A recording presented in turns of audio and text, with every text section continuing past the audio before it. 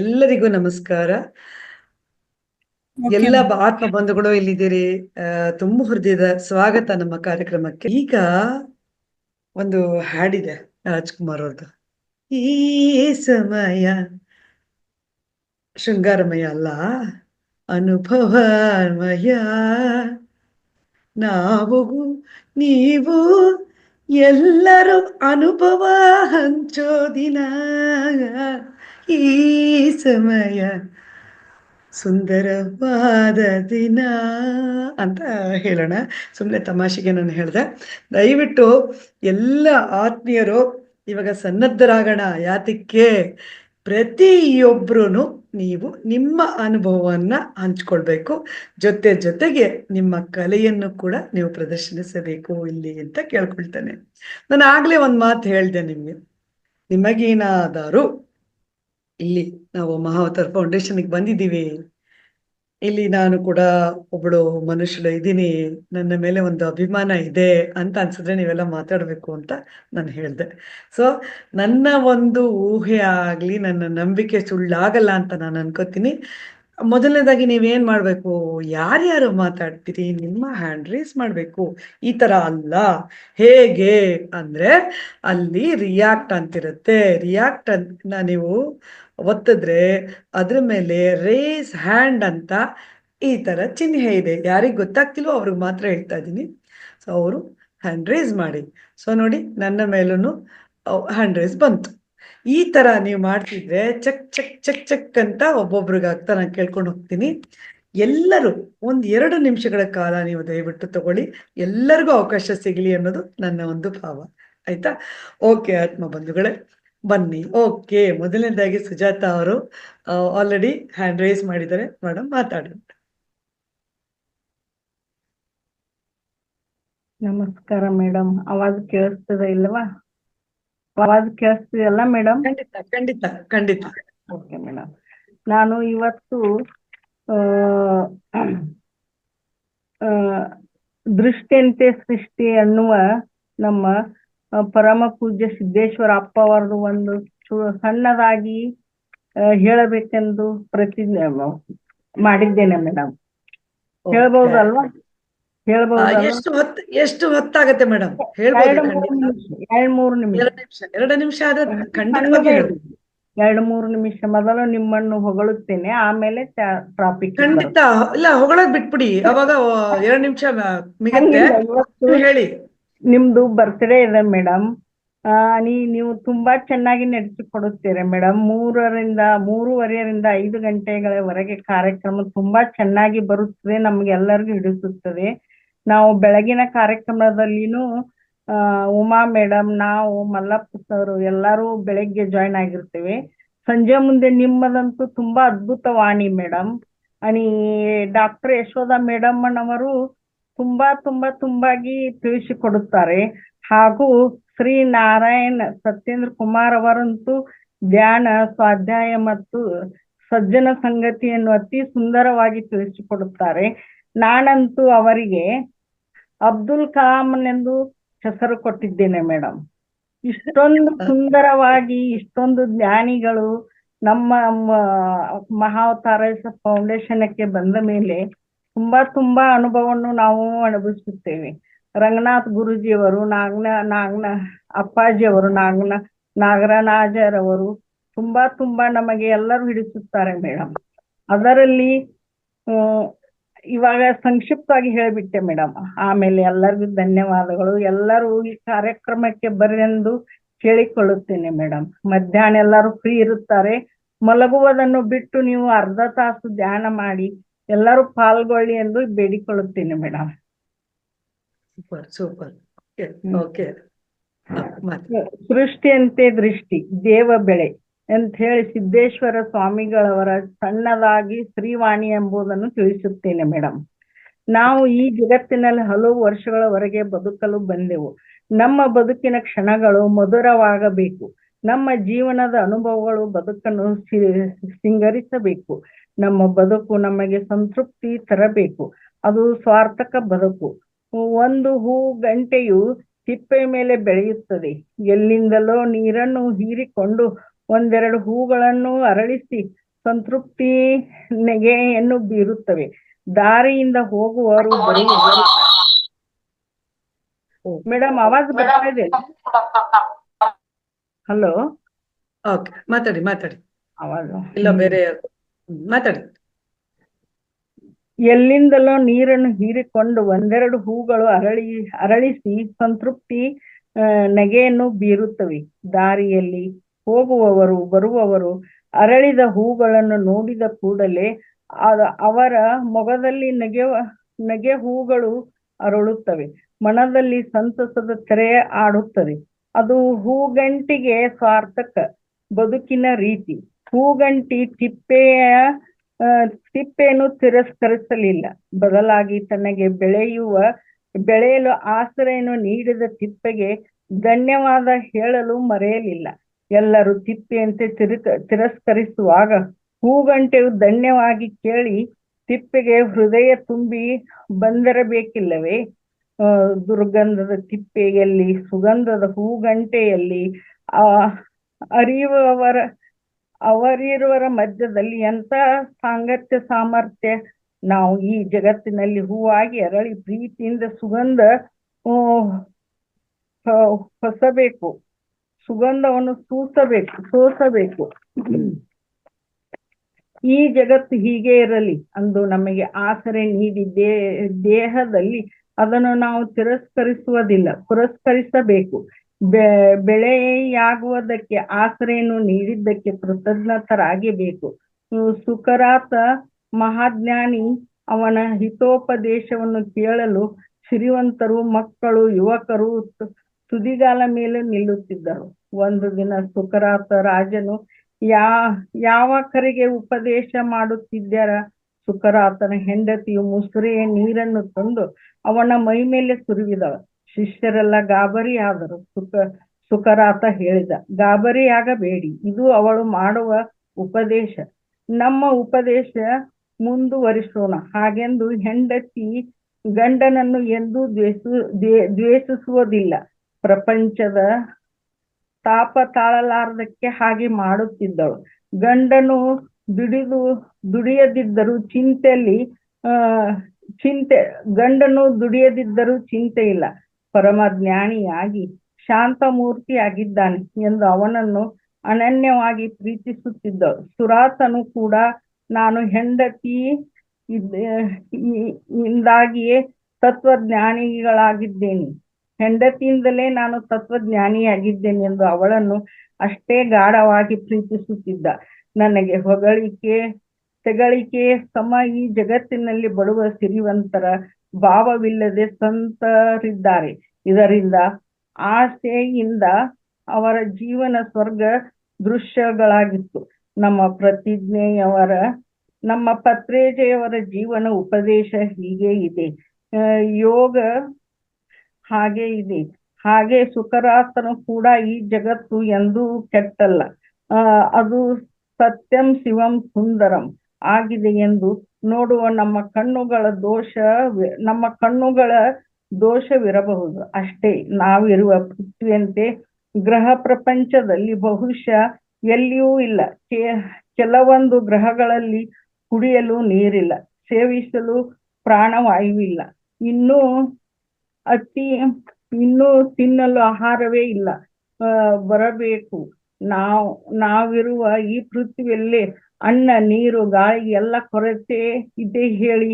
ಈ ಸ್ವರ್ಗ ವಲಯದ ಇನ್ನೇನು ಬದುಕುವ ಕಲೆ ಇದ್ದವರಿಗೆ ಇದೇ ಸ್ವರ್ಗ, ಇಲ್ಲದವರಿಗೆ ಇದೇ ನರಕ. ಪರಮ ಪೂಜ್ಯ ಶ್ರೀ ಸಿದ್ದೇಶ್ವರ ಸ್ವಾಮೀಜಿಯವರ ದೃಷ್ಟಿಯಂತೆ ಸೃಷ್ಟಿ ಪುಸ್ತಕದಿಂದ ಪುಟ ಸಂಖ್ಯೆ 15-16 ನನಗೆ ಹೆಚ್ಚು ಮಾತಾಡಲಿಕ್ಕೆ ಕೊಟ್ಟ ಅಂತವ್ರಿಗೆ ನಮ್ಮ ಗುರುಗಳಾದ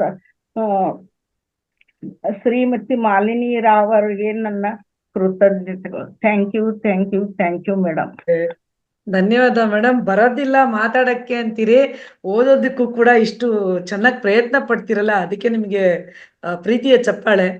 ತುಂಬಾ ಚೆನ್ನಾಗಿ ಹೇಳಿದ್ರಿ ಮೇಡಮ್, ತುಂಬಾ ಥ್ಯಾಂಕ್ಸ್ ನಿಮ್ಗೆ. Okay sir, okay sir. Nagesh sir ಮಾತಾಡಿ ಸರ್. ಎಲ್ಲ ಬಂಧುಗಳಿಗೂ ನಮಸ್ಕಾರ. ಮಾಲಿನಿ ರಾವ್, ನೀವು ತುಂಬಾ ಚೆನ್ನಾಗಿ ನಿರೂಪಣೆಯನ್ನು ಮಾಡ್ತೀರಾ. ಆಮೇಲೆ ಮೊನ್ನೆ ಸತ್ಯೇಂದ್ರ ಕುಮಾರ್ ಅವರು ಸ್ವಾಧ್ಯಾಯದ ಬಗ್ಗೆ ಚೆನ್ನಾಗಿ ಇದ್ ಮಾಡಿದ್ರು. ಆಮೇಲೆ ನಿನ್ನೆ ಡಾಕ್ಟರ್ ಯಶೋಧ ಅವರು 18 ಸೂತ್ರಗಳನ್ನು ಹೇಳಿದ್ರು. ಅದರಲ್ಲಿ ಒಂದು ಸೂತ್ರ ವಿಗ್ರಹ ಆರಾಧನೆಯನ್ನು ನಮ್ಮ ಇದರಲ್ಲಿ ಮಾಡ್ಲಿಕ್ಕಿಲ್ಲ ಅಂತ ಇತ್ತು. ನನಗೆ ಒಂದು ಡೌಟ್ ಅಂತ ಹೇಳಿದ್ರೆ, ಈಗ ನಾವು ಮುಂಚಿನಿಂದಲೂ ದೈವಾರಾಧನೆ ಮಾಡಿದುಕೊಂಡು ಬಂದವರು. ನಾವು ಜಪಕ್ಕೆ ಕೂತಾಗ ದೇವರ ನಾಮಸ್ಮರಣೆಯನ್ನು ಮಾಡಿಯೇ ಜಪವೆಲ್ಲ ಮಾಡ್ತಿದ್ವು. ಈಗ ಧ್ಯಾನದ ಮುಖಾಂತರ ನಾವು ಈಗ ಅಲ್ಲಿ ದೇವರ ನಾಮ ಸ್ಮರಿಸ್ಲಿಕ್ಕಿಲ್ಲ, ಖಾಲಿ ಕೂತ್ಕೊಂಡು ನಾವು ಧ್ಯಾನ ಮಾಡುವಂಥದ್ದು. ಎರಡೂ ಜಪ ಮತ್ತೆ ಧ್ಯಾನ ಎರಡನ್ನೂ ಒಟ್ಟಿಗೆ ಮಾಡ್ಬೋದಾ ಅಂತ ನಂದೊಂದು ಪ್ರಶ್ನೆ. ಆಮೇಲೆ ನಿನ್ನೆ ನೀವು ಮಾಲಿನಿ ರಾವ್ ಅವರು ಚೆನ್ನಾಗಿ ಯಾವುದು ಸಮಗ್ರ ಸಮಗ್ರ ಜೀವನ ಶೈಲಿ ಬಗ್ಗೆ ಹೇಳಿದ್ರು. ಹಾಗೂ ಒಂದು ಅದರಲ್ಲಿ ನಾವು ಸಸ್ಯಾಹಾರಿಯಾಗಿ ಪನ್ನೀರ್, ಚೀಸ್ ಮತ್ತು ಮಶ್ರೂಮ್ ಅನ್ನು ಕೂಡ ಉಪಯೋಗಿಸಬಹುದಾ, ಅಥವಾ ಅದು ನಾನ್ ವೆಜ್ಗೆ ಸೇರ್ತದಾ ಅಂತ ಇನ್ನೊಂದು ಪ್ರಶ್ನೆ. Thank you very much madam. Okay sir, ನೀವೆರಡು ಪ್ರಶ್ನೆಗೆ ಕೇಳಿದ್ರಿ. ಒಂದು ವಿಗ್ರಹಾರಾಧನೆ ಬಗ್ಗೆ, ಮತ್ತೆ ಈ ಚೀಸ್ ಆಗ್ಲಿ ಮಶ್ರೂಮ್ ಇವುಗಳನ್ನ ತಿನ್ನಬಹುದಾ ಅಂತ. ಇದಕ್ಕೆ ನಾನು ಉತ್ತರ ಕೊಡಬಲ್ಲೆ ಅಂತ ಅನ್ಕೋತೀನಿ. ಆದ್ರೂ ಕೂಡ ಸತ್ಯೇಂದ್ರ ಸರ್ ಉತ್ತರ ಕೊಡ್ಬೋದಾ ಇದಕ್ಕೆ? ಓ ಮೈ ಗಾಡ್, ಕೊಡ್ತೀನಿ ಮೇಡಮ್. ಇಲ್ಲಿ ಒಂದು ವಿಷಯ ಆಗಿದೆ ಸರ್. ಅಲ್ಲ ಸರ್, ಸಾರಿ ನನ್ಗೆ ಇಲ್ಲಿ ಎರಡೆರಡು ಕಡೆ ಕಾಣಿಸ್ತಿದ್ಯಲ್ಲ. ನಾನು ಇಲ್ಲಿ ನೋಡ್ದೆ, ಮತ್ತೆ ನೀವೇ ಇದ್ದೀರಿ. ನಂಗೆ ಲ್ಯಾಪ್ಟಾಪ್ ಅಲ್ಲಿ ಈಗ ಸರ್ವಾಂತರ್ಯಾಮಿ ಆಗಿದ್ದೀನಿ. ಲ್ಯಾಪ್ಟಾಪ್ ಅಲ್ಲಿ ಸ್ವಲ್ಪ ಪ್ರಾಬ್ಲಮ್ ಇದೆ, ಅದಕ್ಕೋಸ್ಕರ ಇಲ್ಲಿ ಬಂದಿದ್ದೀನಿ. ಏನು ಅಂತಂದ್ರೆ, ಈಗ ಇನ್ನೊಂದು ಏನು ಅಂದ್ರೆ, ನಮ್ಮ ನಾಗೇಶ್ ಇವ್ರು ಮಾತಾಡಿದಕ್ಕೆ ಹಿಂದೆ ಎಲ್ಲ ಏನ್ ಮಾಡ್ತಿದ್ವಿ, ತಪಸ್ಸನ್ನು ಮಾಡ್ತಿದ್ವಿ. ಅವಾಗ ತಪಸ್ಸು ಅಂದ್ರೆ ಕಾಡಿನಲ್ಲಿ ಹೋಗಿಬಿಟ್ಟಿದ್ದಾನೆ, ಬೀಜಾಕ್ಷರಿ ಮಂತ್ರಗಳನ್ನ ಜಪ ಮಾಡುವಂಥದ್ದು ಇದು ಎಲ್ಲ ಮಾಡೋರು. ಈಗಿನ ಕಾಲದವ್ರಿಗೆ ಆತರ ಎಲ್ಲ ಮಾಡಕ್ ಬರೋದಿಲ್ಲ, ಕಷ್ಟ ಆಗುತ್ತೆ. ಇನ್ನೊಂದೇನು ಅಂದ್ರೆ, ಈಗ ಅದು ಬೀಜಾಕ್ಷರಿ ಮಂತ್ರಗಳು ಜಪ ಅನ್ನೋದು ಒಂದೊಂದು ಸಿದ್ಧಿಗೋಸ್ಕರ, ಯಾವುದೋ ಒಂದು ಮಂತ್ರ ಶಕ್ತಿ ಸಿದ್ಧಿ ಮಾಡ್ಕೊಳಕ್ ಉಪಯೋಗಿಸ್ಕೊಳ್ಳೋದು. ಓಂ ನಮ ಶಿವಾಯ ಅಂತ ಹೇಳ್ಕೊಳ್ಳೋದು, ಶಿವಾಯ ಅಂತ ಹೇಳ್ಕೊಳ್ಳೋದು. ಐ ಎಮ್ ಸರಸ್ವತಿ ವಿದ್ಯಾ ದೇವತೆನ ಸಾಧಿಸ್ಕೊಳ್ಳೋಕೆ, ಅವಳನ್ನ ತಮ್ಮ ಇದಕ್ಕೆ ಕಂಟ್ರೋಲ್ ತಗೋಬೇಕು ಅಂದ್ರೆ ಅದು ಹ್ರೀಂ ಅಂತ, ಕಾಳಿಕಾಯ ನಮಃ ಅಂತ, ಓಂ ಕ್ರೀಂ ಕಾಳಿಕಾಯ ನಮಃ ಅಂತ ನೀವು ಮಂತ್ರ ಜಪ ಸಾವಿರಾರು ಗಟ್ಟಲೆ ಜಪ ಮಾಡಿದ್ರೆ, ಲಕ್ಷ ಗಟ್ಟಲೆ ಜಪ ಮಾಡಿದ್ರೆ ನಿಮ್ಗೊಂದು ಶಕ್ತಿ ಬರುತ್ತೆ, ಸಾಧನೆ ಬರುತ್ತೆ ಅಂತ. ಬಟ್ ಇಲ್ಲಿ ನಾವು ಸಾಧಕರಾಗ್ತಿಲ್ಲ, ನಾವು ಸನ್ಮಾರ್ಗಕ್ಕೆ ಹೋಗ್ತಾ ಇದ್ದೀವಿ. ಏನ್ ಸರ್, ಈಗ ಇಲ್ಲಿ ಏನ್ ಹೇಳಿರೋದು ಅಂತಂದ್ರೆ, ನಾವು ವಿಗ್ರಹ ಆರಾಧನೆ ಬೇಡ ಅಂತ ಹೇಳೋದೇನು ಅಂತಂದ್ರೆ, ಇಲ್ಲಿ ಈಗ ನಾವು ತಪಸ್ಸಕ್ಕೆ ಧ್ಯಾನಕ್ಕೆ ಕೂತ್ಕೊಂಡಾಗ ಹಿಂದೆ ಕಾಡುಗಳಿಗೆ ಹೋಗ್ತಿದ್ರು, ತಪಸ್ಸು ಮಾಡ್ತಿದ್ರು. ಈಗ ವಿಗ್ರಹದ ಮನೇಲಿ ದೇವ್ರನ್ನ ನಾವು ಪೂಜೆ ಮಾಡ್ಲೇಬೇಕು. ದೇವ್ರ ಮನೆಯಲ್ಲಿ ವಿಗ್ರಹಗಳನ್ನ ಇಡ್ಬೇಕು, ದೇವಸ್ಥಾನಕ್ಕೆ ಹೋದ್ರೆ ವಿಗ್ರಹನ ನೋಡ್ಬೇಕು, ಪೂಜೆ ಮಾಡ್ಲೇಬೇಕು. ಒಂದು ಮೂರ್ತಿ ಸ್ವರೂಪ, ಒಂದು ಆಕಾರ. ಅದರಲ್ಲಿ ಈಗ ಒಂದು ನಿರಾಕಾರ ಅಂತಿದೆ, ಆಕಾರ ಅಂತಿದೆ. ಈಗ ನಿರಾಕಾರ ಅಂತಂದಾಗ ಏನು ಇಲ್ಲದೆ ಇರೋದು, ಎಲ್ಲ ಒಂದೇ ಶೂನ್ಯ ಅಂತ. ಆತ್ಮ ನಾನೇ, ದೇವ್ರು ನಾನೇ ಅನ್ನೋ ಒಂದು ಮಟ್ಟಕ್ಕೆ ಬರ್ತಾರೆ ಒಂದು ಸಿದ್ಧಾಂತದಲ್ಲಿ. ವಿಶಿಷ್ಟ ಅದ್ವೈತ, ಅದ್ವೈತ ಈ ತರ ಇದೆ. ಅದ್ರಲ್ಲ ನಮ್ಗೆ ಈಗ ಬೇಡ. ನಮ್ಮ ಪ್ರಸ್ತುತದಲ್ಲಿ ನಮ್ಮ ಈ ಸಬ್ಜೆಕ್ಟ್ಗೆ ನಮಗ್ ಬೇಕಾಗಿರೋದು ಏನೋದು ಧ್ಯಾನ. ಧ್ಯಾನಕ್ಕೆ ಏನು ಅಂದ್ರೆ, ನಿಮಗೆ ಸುಲಭವಾದಂತ ಸರಳ ವಿಧಾನ ಇದು. ಹಿಂದೆ ತಪಸ್ಸು ಧ್ಯಾನ ಮಾಡ್ಬೇಕು ಅಂತಂದ್ರೆ ಕಾಡಿಗೆ ಹೋಗ್ಬೇಕು, ಏಕಾಂತದಲ್ಲಿ ಇರ್ಬೇಕು, ಎಲ್ಲೂ ಯಾವ ಮನೆ ಬಿಟ್ಟು ಹೋಗ್ಬೇಕು, ಸಂಸಾರವನ್ನು ತ್ಯಾಗ ಮಾಡ್ಬಿಟ್ಟು ಹೋಗ್ಬೇಕು.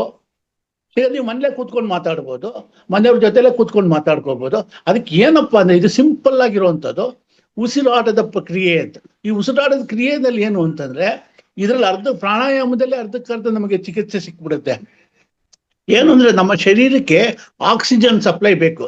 ಆಕ್ಸಿಜನ್ ಸಪ್ಲೈ ಎಲ್ಲಿಂದ ಬರುತ್ತೆ? ವಾತಾವರಣದಲ್ಲಿ ಬರಬೇಕು. ವಾತಾವರಣದಲ್ಲಿ ಕಲುಷಿತವಾಗಿದೆ, ನಮ್ಗೆ ಶುದ್ಧವಾದ ಇದು ಸಿಗ್ತಾ ಇಲ್ಲ. ಆಮೇಲೆ ನಾವು ಮಾತಾಡೋ ರೀತಿ, ಆಮೇಲೆ ನಾವು ಉಸಿರಾಡೋ ರೀತಿ ಸರಿ ಇಲ್ಲ. ಈಗ ನಮ್ದು ಪ್ರಾಣಾಯಾಮ, ಅದಕ್ಕೆ ಈಗ ಏನಾಗಿದೆ, ಪ್ರಾಣಾಯಾಮ ನಾವು ಸರಿಯಾಗಿ ಮಾಡದೇ ಇರೋದು. ಅದಕ್ಕೆ ತಾನೇ ದಿನ ಗಟ್ಟಲೆ ಹೇಳೋದು, ನಿಧಾನವಾಗಿ ಉಸಿರಾಡಿ. ನಾಯಿ 1 ನಿಮಿಷಕ್ಕೆ 150 ಸರಿ ಉಸಿರಾಡುತ್ತೆ. ಹೇಗೆ ಉಸಿರಾಡುತ್ತೆ? ಅಂತನ್ನುತ್ತೆ, ಹೌದಾ? ಅದು ಬೇಗ ಸತ್ತೋಗ್ಬಿಡುತ್ತೆ. 15 ವರ್ಷಕ್ಕೆ ಸತ್ತೋಗ್ಬಿಡುತ್ತೆ, 10 ವರ್ಷಕ್ಕೆ. 15 ವರ್ಷ ಅಷ್ಟೇನೆ ಅದು ಲೈಫ್. ಆಮೇಲೆ ಆನೆ ಒಂದು 15 ಸಾರಿ ಉಸಿರಾಡುತ್ತೆ. ಆಮೆ 8 ಸಾರಿ ಉಸಿರಾಡುತ್ತೆ 1 ನಿಮಿಷಕ್ಕೆ. ಮನುಷ್ಯನಿಗೆ ಸರಾಸರಿ ಒಂದು 25 ಸಾರಿ ಉಸಿರಾಡ್ಬೋದು. ನೀವು ಗಡಿಯಾರ ಇಟ್ಕೊಂಡು ನೋಡಿ 1 ನಿಮಿಷಕ್ಕೆ ಎಷ್ಟು ಉಸಿರಾಡ್ತೀನಿ ಅಂತ. ಅದನ್ನ ನೀವು ಕಮ್ಮಿ ಮಾಡ್ತಾ ಮಾಡ್ತಾ ಮಾಡ್ತಾ 8ಕ್ಕೆ ಬರಕ್ ಸಾಧ್ಯ ಇಲ್ಲ. ಒಂದು 10-15 ಬರ್ಬೋದು ನೀವು. ಅದನ್ನ ಬರೋದಕ್ಕೆ ನಾವು ಪ್ರಯತ್ನ ಪಡ್ಬೇಕು. ಏಕೆಂದ್ರೆ ನಾವು ಉಸಿರನ್ನ ಎಳ್ಕೊಂಡಾಗ ಗಾಳಿ ಏನಾಗುತ್ತೆ, ನಮ್ಮ ಶರೀರದೊಳಗಡೆ ಹೋಗುತ್ತೆ, ನಮ್ಮ ಹೊಟ್ಟೆ ಒಳಗೆ ಹೋಗ್ತಿದ್ದಂಗೆನೆ. ಆಮೇಲೆ ಏನಾಗುತ್ತೆ, ಆಕ್ಸಿಜನ್. ಈಗ ನಾವು ಉಸಿರನ್ನ ಎಳ್ಕೊಂಡಾಗ ಇಷ್ಟೇ ಇದ್ರಲ್ಲಿ ಈ ನಮ್ಮ ಒಂದು ಈ ಧ್ಯಾನದ ಪ್ರಕ್ರಿಯೆಯಲ್ಲಿ ಉಸಿರನ್ನ ಎಳ್ಕೊಂಡಾಗ ಹೊರಗಡೆ ವಾತಾವರಣದಲ್ಲಿರುವಂತ ಶೈತ್ಯವಾದ ಗಾಳಿಯನ್ನ ನಾವು ತಗೋತೀವಿ. ಉಸಿರು ಬಿಟ್ಟಾಗ ಉಸಿರು ಬಿಸಿಯಾಗಿರುತ್ತೆ. ಈಗ ನಿಮ್ ಪಕ್ಕದಲ್ಲಿ ಯಾರಾದ್ರೂ ಕೂತ್ಕೊಂಡು ನಿಮ್ ಹತ್ರ ಬಂದು ಮಾತಾಡ್ತಿದ್ರೆ ಜೋರಾಗಿ ಉಸಿರು, ಏನೋ ಇಷ್ಟು ಬಿಸಿಯಾಗಿದೆ, ಉಸಿರು ಸೈಡ್ಗೆ ಹೋಗೋ ಅಂತೀವಿ ನಾವು. ಆ ಬಿಸಿ ಉಸಿರು ಯಾಕೆ, ನಾವು ಇಂಗಾಲ ಡೈಆಕ್ಸೈಡ್ ನ ಬಿಡ್ತಾ ಇರ್ತೀವಿ ನಮ್ ಕ್ರಿಯೆನಲ್ಲಿ, ಉಸಿರಾಟದಲ್ಲಿ.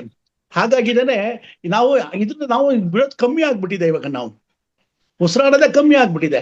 ನಮ್ ಬ್ರೈನ್ಗೆ ಗಾಳಿ ಹೋಗ್ತಾ ಇಲ್ಲ. ಈಗ ಅದಕ್ಕೆ ಆಕ್ಸಿಜನ್ ಸಪ್ಲೈ ಅಂತ ಕೆಲವು ಕಡೆ ಎಲ್ಲ ಮಿಷಿನ್ಗಳು ಇಟ್ಕೊಂಡಿದ್ದಾರೆ, ಸಿಲಿಂಡರ್ಗಳು. ಅದು ಮೂಗ್ ಹಾಕ್ಬಿಟ್ಟು ಉಸಿರಾಡಿ ಅಂದ್ಬಿಟ್ಟು ಒಂದು ಮ್ಯೂಸಿಕ್ ಹಾಕ್ಬಿಟ್ಟು ಕಿವಿಗೆ ಹೋಗಿ ಕೊಟ್ಬಿಡ್ತಾರೆ.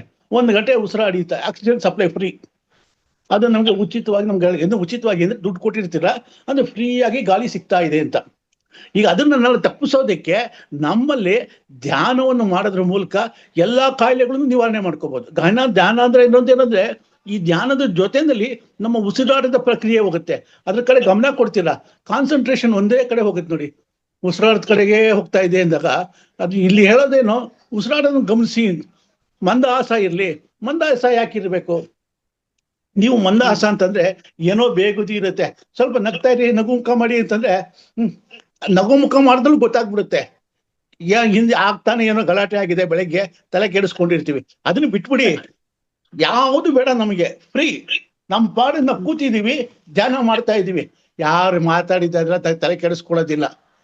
ಹಾಗೆ ಕೂತ್ಕೊಂಡು ನಾನು ಒಂದ್ ಸ್ವಲ್ಪ ಈಸಿಯಾಗಿ ಅಂದ್ರೆ ಇದಾಗಿ ಹೇಳ್ಬೋದು, ರೂಢಿಯಲ್ಲಿ ಮೂರ್ತಿ.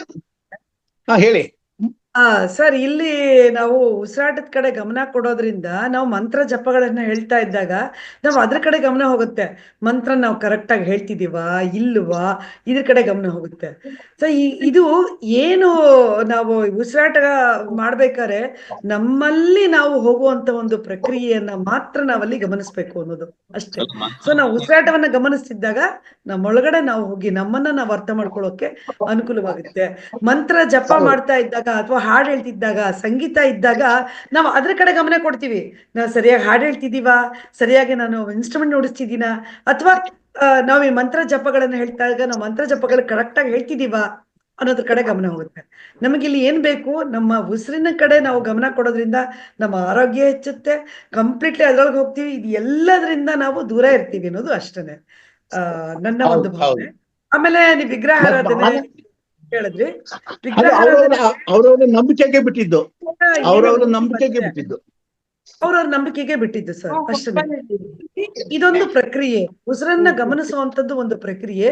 ಇದನ್ನ ಮಾಡೋದ್ರಿಂದ ಸುಲಭವಾಗಿ ಆಗೋದ್ರಿಂದ ಯಾಕೆ ಮಾಡಬಾರ್ದು ಅನ್ನುವಂಥದ್ದು ಅಷ್ಟೇ ಹೊರತು ಬೇರೆ ಇನ್ನೇನು ಇಲ್ಲ. ನೀವು ಹೀಗೆ ಮಾಡಿ ಹಾಗೆ ಮಾಡಿ ಅಂತ ಯಾರಲ್ಲೂ ಹೇರಿಲ್ಲ ಇದ್ರನ್ನ, ಅಲ್ವಾ? ಬಟ್ ನೀವು ವಿಗ್ರಹಾರಾಧನೆ ಕೇಳೋದಾದ್ರೆ, ವಿಗ್ರಹಾರಾಧನೆ ಏಕೆಂದ್ರೆ ನಮ್ಮ ನಂಬಿಕೆ ಸರ್. ಅದು ದೇವಸ್ಥಾನದಲ್ಲಿ ಭಗವಂತನ ಇದನ್ನೇ ಅಂತ ಅನ್ನೋ ಒಂದು ಭಾವದಲ್ಲಿ ನಾವು ಅಲ್ಲಿ ಹೋಗ್ತೀವಿ. ಅಲ್ಲಿ ನಮಗೆ ಯಾಕೆ ಪಾಸಿಟಿವಿಟಿ ಸಿಗುತ್ತೆ ಅಂತಂದ್ರೆ, ಆಲ್ರೆಡಿ ಒಂದೇ ಪಿರಮಿಡ್ ಬಗ್ಗೆ ಹೇಳ್ಬೇಕಾದ್ರೆ ಅವ್ರು ಹೇಳಿದ್ರು, ಪಿರಮಿಡ್ ಶೇಪ್ ನಲ್ಲಿ ಇದೆ ನಮ್ಮ ದೇವಸ್ಥಾನ, ಹಾಗಾಗಿ ಶಾಂತತೆ ಸಿಗುತ್ತೆ.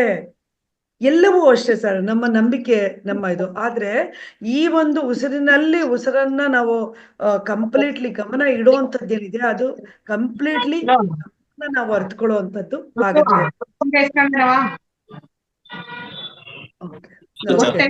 ಸರ್ ಮೋಸ್ಟ್ಲಿ ನಿಮ್ಗೆ ಗೊತ್ತಾಯ್ತು ಅನ್ಸುತ್ತೆ ಸರ್. Thank you sir, thank you so much.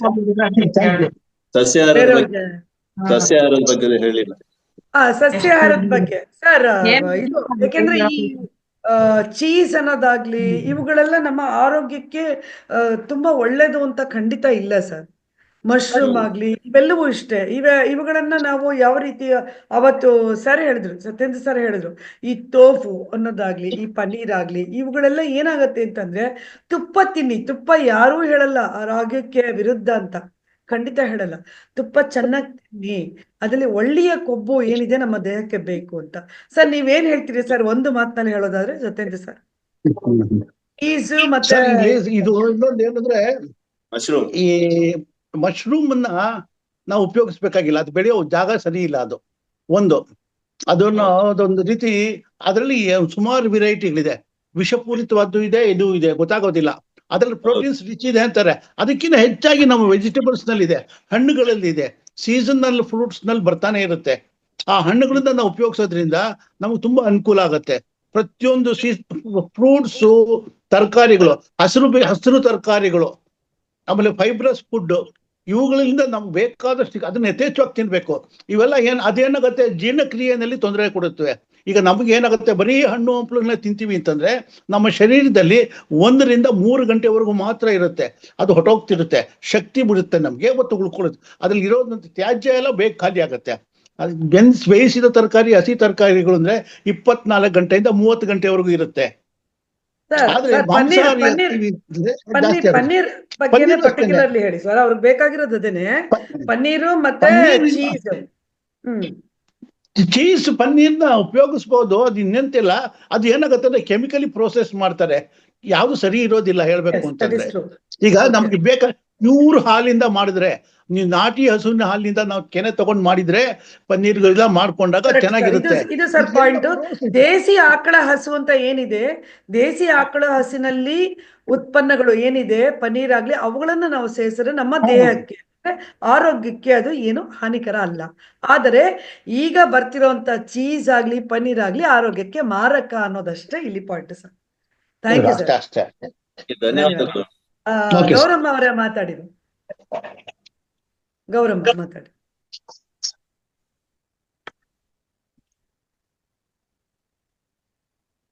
Gowramma mute ಆಗಿದೆಮ್ಮ.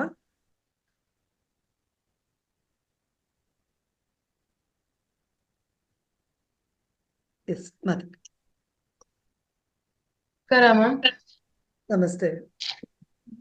ಎಲ್ಲರಿಗೂ ನಮಸ್ಕಾರಗಳು ಸರ್. ನಾನು ಇಲ್ಲಿ ತುಂಬಾ ಹೊಸಬಳು ಮತ್ತೆ ತುಂಬಾ ಚಿಕ್ಕಗಳು ಇಲ್ಲೆಲ್ಲರಿಗಿಂತ. ಮ್ಯಾಮ್ ನಿನ್ನೆ ಯಶೋಧ ಮೇಡಮ್ ಅವರು 18 ವರ್ಷಗಳಂತ ಹೇಳಿದ್ರಲ್ಲ ಮ್ಯಾಮ್, ಅದ್ರ ಬಗ್ಗೆ ನಂದೊಂದು ಡೌಟ್ ಇದೆ ಮ್ಯಾಮ್. ಹೇಳಿ, ಯಶೋಧ ಅವ್ರು ಇದ್ದಾರೆ ಇಲ್ಲಿ. ಮ್ಯಾಮ್ ನನಗೆ ವಿಟಿಲಿಗೋ ಇದೆ, ಕಾಣಿಸ್ತಾ ಇತ್ತು ನೋಡಿ, ವಿಟಿಲಿಗೋ ಇದೆ. ಈ ವಿಟಿಲಿಗೋ ಟ್ರೀಟ್ಮೆಂಟ್ ಹೇಳಿದ್ದಾರೆ, ಹೈ ರಿಚ್ ಪ್ರೋಟೀನ್ಸ್ ತಗೋಬೇಕು ಅಂತ. ಹೈ ರಿಚ್ ಪ್ರೋಟೀನ್ ಯಾವ್ಯಾವ್ದು ಬರುತ್ತೆ ಅಂದ್ರೆ ಮೀನು, ಮೊಟ್ಟೆ, ಮಾಂಸ, ಇದನ್ನ ಯಥೇಚ್ಛವಾಗಿ ತಗೋಬೇಕು ಅಂತ ಹೇಳಿದ್ದಾರೆ ಮ್ಯಾಮ್. ಈಗ ಮೆಡಿಟೇಷನ್ ಬಂದ್ಮೇಲೆ ಕಂಪ್ಲೀಟ್ ಬಿಟ್ಬಿಟ್ಟಿದೀನಿ ಮ್ಯಾಮ್. ಸೂಪರ್. ಎಕ್ಸೆಪ್ಟ್ ಎಗ್ ಒಂದು ತಗೋತಾ ಇದ್ದೀನಿ, ಅದು ಕಂಪ್ಲೀಟ್ ಗೆ ಬಿಟ್ಟಿಲ್ಲ. ವೀಕ್ಲಿ ಟ್ವೈಸ್, ವೀಕ್ಲಿ ಒನ್ಸ್ ತಗೋತಿದೀನಿ ಮ್ಯಾಮ್ ಎಗ್ಗು. ಇವಾಗ ನನಗೆ ಸ್ಟಾರ್ಟ್ ಆಗಿದೆ, ಮೆಡಿಟೇಷನ್ ಕಂಪ್ಲೀಟ್ ಕ್ಯೂರ್ ಆಗ್ತಾ ಇದೆಯಾ, ನಾನು ಇಲ್ಲ ಈ ಪ್ರೋಟೀನ್ಸ್ ಹೇಳಿದಾರಲ್ಲ, ಈ ಪ್ರೋಟೀನ್ ಮೆಡಿಸಿನ್ ಇನ್ಕ್ಲೂಡ್ ಮಾಡ್ಕೋಬೇಕಾ, ಇಲ್ಲ ಬರೀ ಮೆಡಿಟೇಷನ್ ಮುಖಾಂತರನೇ ಹೋಗ್ಬೇಕಾ ಅಂತ ಡೌಟ್ ಇದೆ ಮ್ಯಾಮ್. ಓಕೆ, ಇದರಲ್ಲಿ ಒಂದು ಸಣ್ಣದಾಗಿ, ಒಂದು ಚಿಕ್ಕದಾಗಿ ಹೇಳುವಂತದ್ದಾದ್ರೆ, ಇದು ಧ್ಯಾನ ಮಾಡ್ತಾ ಮಾಡ್ತಾ ನಮ್ಮ ಉಸಿರನ್ನ ಗಮನಿಸೋದ್ರಿಂದ ಏನಾಗತ್ತೆ ಅಂದ್ರೆ, ಸೈಂಟಿಫಿಕಲಿ ಅಂದ್ರೆ ವೈಜ್ಞಾನಿಕವಾಗಿ ಅದು ನಮಗೆ ವರ್ಕ್ ಆಗತ್ತೆ. ಯಾವುದೇ ತರದ ನಮ್ಮ ದೇಹದಲ್ಲಿರುವಂಥ ಯಾವುದೇ ಉಲ್ಬಣಗಳಿರ್ಲಿ, ಅದು ಕ್ರಮೇಣ ಹೋಗ್ತಾ ಹೋಗುತ್ತೆ. ಅದೇ ಇವಾಗ ಕೆಲವು ಕ್ಯಾನ್ಸರ್ ಅಂತ ದೊಡ್ಡ ದೊಡ್ಡ ಕಾಯಿಲೆಗಳ ಕಡೆ ಹೋಗ್ತಾ ಇದೆ ಅಂದ್ಮೇಲೆ ಸಣ್ಣ ಪುಟ್ಟದು ಯಾಕೆ ಹೋಗಲ್ಲ ಅಂತ. ಇವಾಗ ನೀವು ಆಲ್ರೆಡಿ ಹೇಳಿದ್ರಿ, ನೀವು ಯಾವ ಮಾಂಸ ಯಾವುದು ತಿಂದೇನು ಕೂಡ ಈಗ ಯು ಫೀಲಿಂಗ್ ಕಂಫರ್ಟ್ ಅಲ್ವಾ, ಎಷ್ಟೋ ನಿಮ್ಮ ಮನಸ್ಸಿಗೆ ಸಮಾಧಾನ ಇದೆ. ಸೊ ಅಂದ್ರೆ ಇದು ಖಂಡಿತ ವರ್ಕ್ ಆಗ್ತಿದೆ ಅಂತ ಅರ್ಥ. ಸೊ ಖಂಡಿತ ಮುಂದುವರಿಸಿ. ನೀವು ಯಶೋಧ ಅವ್ರ ಹತ್ರ ಮಾತಾಡ್ಬೇಕು ಅನ್ನೋದಾದ್ರೆ ಖಂಡಿತವಾಗಿ ಅವರ ನಂಬರ್ ತಗೊಂಡು ನೀವು ಮಹಾವತಾರ್ ಫೌಂಡೇಶನ್ಗೆ ಹೋಗಿ, ಅಲ್ಲಿ ಸಿಗ್ತಾರೆ. ಶನಿವಾರ ಬೆಳಗ್ಗೆಯಿಂದ ಸಂಜೆವರೆಗೂ ಇರ್ತಾರೆ. ಖಂಡಿತ ನಿಮ್ಮ ಪ್ರಶ್ನೆಗಳಿಗೆ ಉತ್ತರ ಹೇಳ್ತಾರೆ. ಅವರ ನಂಬರು ಬೇಕಾದ್ರೆ ನೀವು ನಂಬರ್ ತಗೊಂಡು ಅವರಿಗೆ ಖಂಡಿತ ಡೈರೆಕ್ಟ್ ಆಗಿ ಕಾಲ್ ಮಾಡ್ಬೋದು. ಮ್ಯಾಮ್ ಹತ್ರ ಮಾತಾಡಿದ್ದೀನಿ. ಅವರು ತುಂಬಾ ಚೆನ್ನಾಗಿ ಕಾಲ್ ಮಾಡಿದಾಗೆಲ್ಲ ನನ್ನ ಡೌಟ್ಸ್ ಎಲ್ಲ ಕ್ಲಿಯರ್ ಮಾಡಿದ್ದಾರೆ ಮ್ಯಾಮ್. ಇದ್ರ ಜೊತೆಗೆ ಒಬ್ರು 2007 ಇಂದ ಅವರು ಮೆಡಿಟೇಷನ್ ಮಾಡ್ಕೊಂಡು ಬರ್ತಾ ಇದ್ದಾರೆ. ಬಟ್ ಅವ್ರು ಏನ್ ಸಜೆಸ್ಟ್ ಮಾಡಿದ್ರು ಅಂದ್ರೆ ಮ್ಯಾಮ್, ಹಿಂಗೆ ಇದೆ MFN ಫೌಂಡೇಶನ್ ಗ್ರೂಪ್ ಅಲ್ಲಿ ನನ್ನ ನಂಬರ್ ಸಿಕ್ಕಿದ್ದು ಅವ್ರದ್ದು ತಗೊಂಡು ನನ್ನ ಫೋನ್ ಮಾಡಿದಾಗ, ನೋಡಮ್ಮ ಎಲ್ಲಾ ಮೆಡಿಟೇಷನ್ ಇಂದ ಹೋಗುತ್ತೆ ಅನ್ನೋದು ಸುಳ್ಳು ಅಂತ ಹೇಳಿದ್ರು ಮ್ಯಾಮ್. ಅಂದ್ರೆ 2007 ಇಂದ ಅವರು ಮೆಡಿಟೇಷನ್ ಅಲ್ಲಿ ಇದ್ದಾರೆ. ಅಂದ್ರೆ ಮತ್ತೆ ನಮ್ ಬೈ ಬರ್ತಿಂದ ನಮ್ಮ ಹಿರಿಕರಿಂದ ಅದು ನಾನ್ ವೆಜ್ ತಿನ್ಕೊಳ್ತಾ ಬರ್ತಾ ಇರೋದ್ರಿಂದ ನಾವು ತಿನ್ನೋದು ತೊಂದ್ರೆ ಏನ್ ಬರಲ್ಲ. ಧ್ಯಾನ ಇರೋದು ಆತ್ಮಕ್ಕೆ. ನಾವು ತಿನ್ನೋದು ಹೊರಗಡೆ ಐಟಮ್ಸ್ ಏನೇನ್ ತಿಂತೀವೋ ಅದು ನಮ್ಮ ದೇಹಕ್ಕೆ, ನಮ್ ದೇಹ ಸುಖಕ್ಕೋಸ್ಕರ ನಮ್ಗೆ ಬೇಕು, ತಿಂತೀವಿ. ಅದಕ್ಕೂ ಇದಕ್ಕೂ ಏನು ತೊಂದ್ರೆ ಆಗಲ್ಲ, ನೀವು ತಿನ್ಬೋದು ಅಂತ ಹೇಳಿದ್ರು ಮ್ಯಾಮ್. ಇದ್ರ ಬಗ್ಗೆ ಏನ್ ಹೇಳ್ತೀರಾ? ಓಕೆ. ಈಗ ನಾನು ಸಾತ್ವಿಕ ಆಹಾರ ಸೇವಿಸಿರುವಂಥವಳಾಗಿ ನಾನು ಹುಟ್ಟಿದಾಗಿಂದ ನಾನು ತಿಂದಿರೋದೇನೆ ಸಾತ್ವಿಕ ಆಹಾರ. ಆಯ್ತಾ? ನನಗೆ ಬೇರೆ ಆಹಾರಗಳ ಬಗ್ಗೆ ನನಗೆ ಗೊತ್ತಿಲ್ಲ. ಆದರೂ ಇದ್ರ ಬಗ್ಗೆ ನಾವು ಪರಿಶೀಲನೆ ಮಾಡ್ತು ಅನ್ನೋದಾದ್ರೆ ಇದು ಪ್ಯೂರ್ಲಿ ನನ್ನ ವೈಯಕ್ತಿಕವಾದ ಉತ್ತರ ಇದು. ಆಯ್ತಾ? ನನಗೆ ಅನ್ಸೋ ಪ್ರಕಾರ ಈಗ ನೋಡಿ, ಒಂದು ಸಣ್ಣ ಉದಾಹರಣೆ ನಾನು ಕೊಡ್ತೀನಿ. ಈಗ ನಮ್ಮ ಹಿರಿಯರು ಹೇಳ್ತಿದ್ರು, ನೀನು ಬಾಗ್ಲ ಹತ್ರ ನಿಂತ್ಕೊಂಡು ತಲೆ ಬಚ್ಕೋಬೇಡ ಅಂತ ಇದ್ರು. ಆಮೇಲೆ ಹೊಸ್ಲಿ ಮೇಲೆ ಕಾಲಿಟ್ಟು ನಿಂತ್ಕೋಬೇಡ ಅಂತ ಇದ್ರು. ಸುಮಾರು ಇಂಥವೆಲ್ಲ ನಾವೇನಂತೀವಿ, ಮೂಢನಂಬಿಕೆಗಳು ಅಂತೀವಿ. ಆದ್ರೆ ಈಗ ನಾನು ಅಥವಾ ನನ್ನ ಅಕ್ಕ ಇರ್ಬೋದು, ನನ್ನ ತಂಗಿ ಇರ್ಬೋದು, ಇಲ್ಲಿ ನನ್ನ ಅಕ್ಕ ತಂಗಿ ಇಬ್ರು ನಂಬಬಹುದು ಇವೆಲ್ಲವನ್ನು, ನಾನು ನಂಬದೇ ಇರ್ಬೋದು. ಒಂದು ನಂಬಿಕೆಗೆ ಅನುಗುಣವಾದದ್ದು ಒಂದು. ಈಗ ನನಗೆ ಇದರಿಂದ ಏನೋ ಆಗ್ತಿಲ್ಲ ಅಂತ ನನ್ನ ಮನಸ್ಸಿಗೆ ನಾನು ಅನ್ನಿಸ್ದಾಗ ಖಂಡಿತ ಅದು ನೆರವೇರುತ್ತೆ. ಇಲ್ಲ ಇದು ಬೇಡ, ಇದನ್ನ ಯಾಕೆ ನಂಬೇಕು ನಾವು ಅನ್ನೋ ಮನೋಭಾವ ನನಗಿತ್ತು ಅಂದ್ರೂ ಕೂಡ ವರ್ಕ್ ಆಗತ್ತೆ. ಅದು ನಿಧಾನಕ್ಕಾಗ್ಬೋದು. ಈಗ ಇರ್ಬೋದು ನಿಮ್ಮ ಯಾರೇ ಒಬ್ರು, ನಾನು ಗೌರವಿಸ್ತೀನಿ ಅವ್ರನ್ನ, ನಮ್ಮ ಆಹಾರವನ್ನ ಬಿಟ್ಟು ನೀನು ಬೇರೆ ತಿನ್ಬೇಡ ಅಂತ ಹೇಳಿದ್ದು ಕೂಡ ಸಮಂಜಸವೇ. ಆದರೆ ನಮ್ಮ ಆರೋಗ್ಯ ನಮ್ಮದಲ್ವ ಮಾಡು, ನಮ್ಮ ದೇಹ ನಮ್ಮದು. ಸದ್ಯಕ್ಕೆ ನಾವು ಈ ಲೌಕಿಕ ಜೀವನದಲ್ಲಿದ್ದಾಗ, ಭೌತಿಕ ಶರೀರದಲ್ಲಿದ್ದಾಗ ನಾವು ಬೇರೆ ಎಲ್ಲನೂ ಪರಿಶೀಲನೆ ಮಾಡೋಣ. ನಾನು ಮಾಡಿದ್ದು ಹಾಗೇನೆ. ಈಗ ಇಲ್ಲೂ ಕೂಡ ಬೆಳ್ಳುಳ್ಳಿ ಯಾಕೆ ತಿನ್ಬಾರ್ದು? ಇವನ್ ನಮ್ಮ ಮನೇಲಿ ನಾವು ಬೆಳ್ಳುಳ್ಳಿನೇ ತಿನ್ನಲ್ಲ, ಈರುಳ್ಳಿನೇ ತಿನ್ನಲ್ಲ, ಆದ್ರೂ ನಾವು ತಿಂತೀವಿ. ಯಾತಕ್ಕೆ ಬೇಡ ಅಂತ ನಮ್ಮ ಹಿರಿಯರು ಹೇಳ್ತಿದ್ರು ಅಂತ ನಾನು ಪರಿಶೀಲನೆ ಮಾಡಿದಾಗ ನಂಗೆ ಗೊತ್ತಾಯ್ತು, ಇದು ತಾಮಸ ಗುಣಗಳನ್ನ ಹೆಚ್ಚಿಸುತ್ತೆ ಬೆಳ್ಳುಳ್ಳಿ, ಅದಕ್ಕೆ ತಿನ್ಬೇಡಿ ಅಂತ ಹೇಳ್ತಾರೆ. ಈ ತಾಮಸ ಗುಣ ಅಂದ್ರೇನು ಅಲ್ವಾ? ನಮ್ಮಲ್ಲಿ ಅಂದ್ರೆ ಇದೆಲ್ಲ ನಮ್ಮ ಮನಸ್ಸು, ನಮ್ಮ ನಂಬಿಕೆಗೆ ಅನುಗುಣವಾದದ್ದು ಅಂತ ನನ್ನ ಭಾವನೆ. ಹಾಗಾಗಿ ನೀವು ಅದನ್ನ ಯಾರೇ ಹೇಳಲಿ, ನಾನೇ ಹೇಳಲಿ ಅಥವಾ ಬೇರೆ ಯಾವುದೇ ಜ್ಞಾನಿಗಳೇ ಹೇಳಲಿ, ನಾವು ಪರಿಶೀಲನೆ ಮಾಡೋಣ ಅಲ್ವಾ? ಯಾವುದು ಸರಿ ಅನ್ಸುತ್ತೋ ಅದನ್ನ ನಂಬೋಣ. ನಿಮಗದು ಸರಿ ಅನ್ನಿಸ್ಲಿಲ್ಲ ಅನ್ಸಿದ್ರೆ ಬೇಡ. ಆದ್ರೆ ಹೌದು, ಹೇಳಿ ಮ್ಯಾಮ್. ನಾನೀಗ ದ್ವಂದ್ವದಲ್ಲಿ ಇದ್ದೀನಿ ಮ್ಯಾಮ್. ಇಲ್ಲ, ನಾನು ಹೇಳ್ತಾ ಇರೋದು ಈಗ ನೋಡಿ, ನಾನು ನನ್ನ ಎಕ್ಸಾಂಪಲ್ ಕೊಟ್ಟಿದ್ದು ಅದೇ ಕಾರಣಕ್ಕೋಸ್ಕರ. ನಾನು ಇದನ್ನ ನಂಬ್ತಾ ಇದ್ದೀನಿ. ಇಲ್ಲಿ ನೀವು ಅರ್ಥ ಮಾಡ್ಕೋಬೇಕು, ಇದನ್ನ ನಾನು ನಂಬ್ತಾ ಇದ್ದೀನಿ. ನನ್ನ ಮನಸ್ಸಲ್ಲಿ ನಾನು ಆಳವಾಗಿ ಅದು ಕೂತಿದೆ, ನಾನು ನಂಬ್ತಾ ಇದ್ದೀನಿ. ಇದು ಸರಿ ಅಂತ ನನಗನ್ಸಿದೆ ಅಂದ್ರೆ ನಾನು ಮಾಡೋಣ. ಇದು ನನಗೆ ಸರಿ, ನಮ್ಮ ಮನೇಲಿ ನಮ್ಮ ಅಮ್ಮಂಗೂ ಅನ್ಸ್ಬೇಕಾಗಿಲ್ಲ, ನನ್ನ ಅಕ್ಕಂಗೂ ಅನ್ಸ್ಬೇಕಾಗಿಲ್ಲ, ನನಗ್ ಸರಿ ಅನ್ಸಿದೆ, ನಾನು ಮಾಡ್ತೀನಿ ಅಷ್ಟೇ. ಅದು ನೀವ್ ಹೇಳ್ತಿರೋದು ನಾನು ಅಗ್ರಿ ಮಾಡ್ತೀನಿ ಮ್ಯಾಮ್. ಅದ್ರ ಜೊತೆಗೆ ಇವಾಗ ಮೆಡಿಸಿನ್ ಏನ್ ಹೋಗ್ತಾ ಇದೆಯೋ ಅದ್ರ ಜೊತೆಗೆ ಡಾಕ್ಟರ್ ಏನ್ ಹೇಳ್ತೀರಾ ಅದನ್ನು ನಾನು ಇನ್ಕ್ಲೂಡ್ ಮಾಡ್ಕೊಳ್ಳೋದೆ ನನ್ನ ಪ್ರೋಸೆಸ್ ಬೇಗ ಆಗ್ಬೋದೇನೋ. ಖಂಡಿತ ಅದ್ರಲ್ಲಿ ನಾನು ಒಪ್ಕೋತೀನಿ. ಸತ್ಯೇಂದ್ರ ಸರ್ ಆನ್ಸರ್ ಮಾಡ್ತಾರೆ, ಅದಕ್ಕೆ ಮಾಡ್ತೀನಿ ಅಂತಿದ್ದಾರೆ. ಸರ್ ಹೇಳಿ ಸರ್. ಮನುಷ್ಯನ ಶರೀರ ರಚನೆ ಆಗಿರೋದು ಸಸ್ಯಾಹಾರಕ್ಕೆ ಅಂತ. ನಮ್ಗೆ 32 ಹಲ್ಲು ಕೊಟ್ಟಿರೋದು ನಮ್ಮ ಶರೀರ ಯೂಸ್ ಮಾಡೋದಕ್ಕೋಸ್ಕರ. ನಮ್ಮ ಪ್ರಾಣಿಗಳಿಗೆ ಏನಾಗಿದೆ ಅಂದ್ರೆ ಬರೀ ಮುಂದ್ಗಡೆಗೆ ಮಾತ್ರ ಹಲ್ಲುಗಳಿದೆ, ಅವು ಹೀಗೆ ತೆಗೆಯುತ್ತವೆ ನೋಡಿ. ಹೀಗೆ ಪ್ರಾಣಿಗಳ ಬಾಯೆಲ್ಲ ಹೀಗೆ ಆಡಿಸೋದು, ನಾವು ಹೀಗೆ ಹೀಗೆ ಮೇಲೆ ಕೆಳಗೆ ಎಲ್ಲ ಆಡಿಸ್ತೀವಿ. 32 ಹಲ್ಲುಗಳಿದೆ. ಆಮೇಲೆ ಅವುಗಳಿಗೆ ಕೈಗಳು ಅಥವಾ ಕಾಲುಗಳು ನಾವೇನ್ ಹೇಳ್ತೀವಿ ಅದು ಕೊಕ್ಕೆ ತರ ಇದೆ. ನಮಗೆ ಬೆರಳುಗಳಿದೆ, ಇದು ಪಂಚಭೂತಗಳಿಂದ ಮಾಡಿರುವಂಥದ್ದು. ಇದನ್ನ ಕರ್ಮೇಂದ್ರಿಯ, ಜ್ಞಾನೇಂದ್ರಿಯ, ಈ ಬೆರಳುಗಳಲ್ಲಿ ನಾವು ಊಟ ಕಲಿಸ್ಕೊಂಡು ಊಟ ಮಾಡಿದಾಗ ಅದು ನಮಗೆ ಶಕ್ತಿಯನ್ನು ಕೊಡುತ್ತೆ. ಅದೇ ರೀತಿಯಾಗಿ ನೀವು ಏನೇ ಊಟ ಮಾಡಿ ಅದು ಪಚನ ಎಷ್ಟೊತ್ತಿಗೆ ಇರುತ್ತೆ ಶರೀರದಲ್ಲಿ ಅಂತ.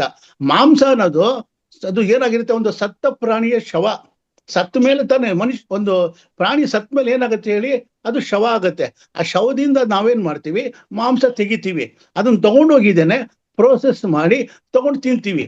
ಅದು ಹೊಟ್ಟೆಲಿ ಎಷ್ಟು ಹೊತ್ತಿರುತ್ತೆ, 50 ಗಂಟೆ 60 ಗಂಟೆ ಹೊಟ್ಟೆಲಿ ಇರುತ್ತೆ. ಅದು ಮೊದ್ಲೇ ಸತ್ತೋಗಿರೋ ಹೆಣ ಅದನ್ನ ಕೊಳ್ತಿರುತ್ತೆ.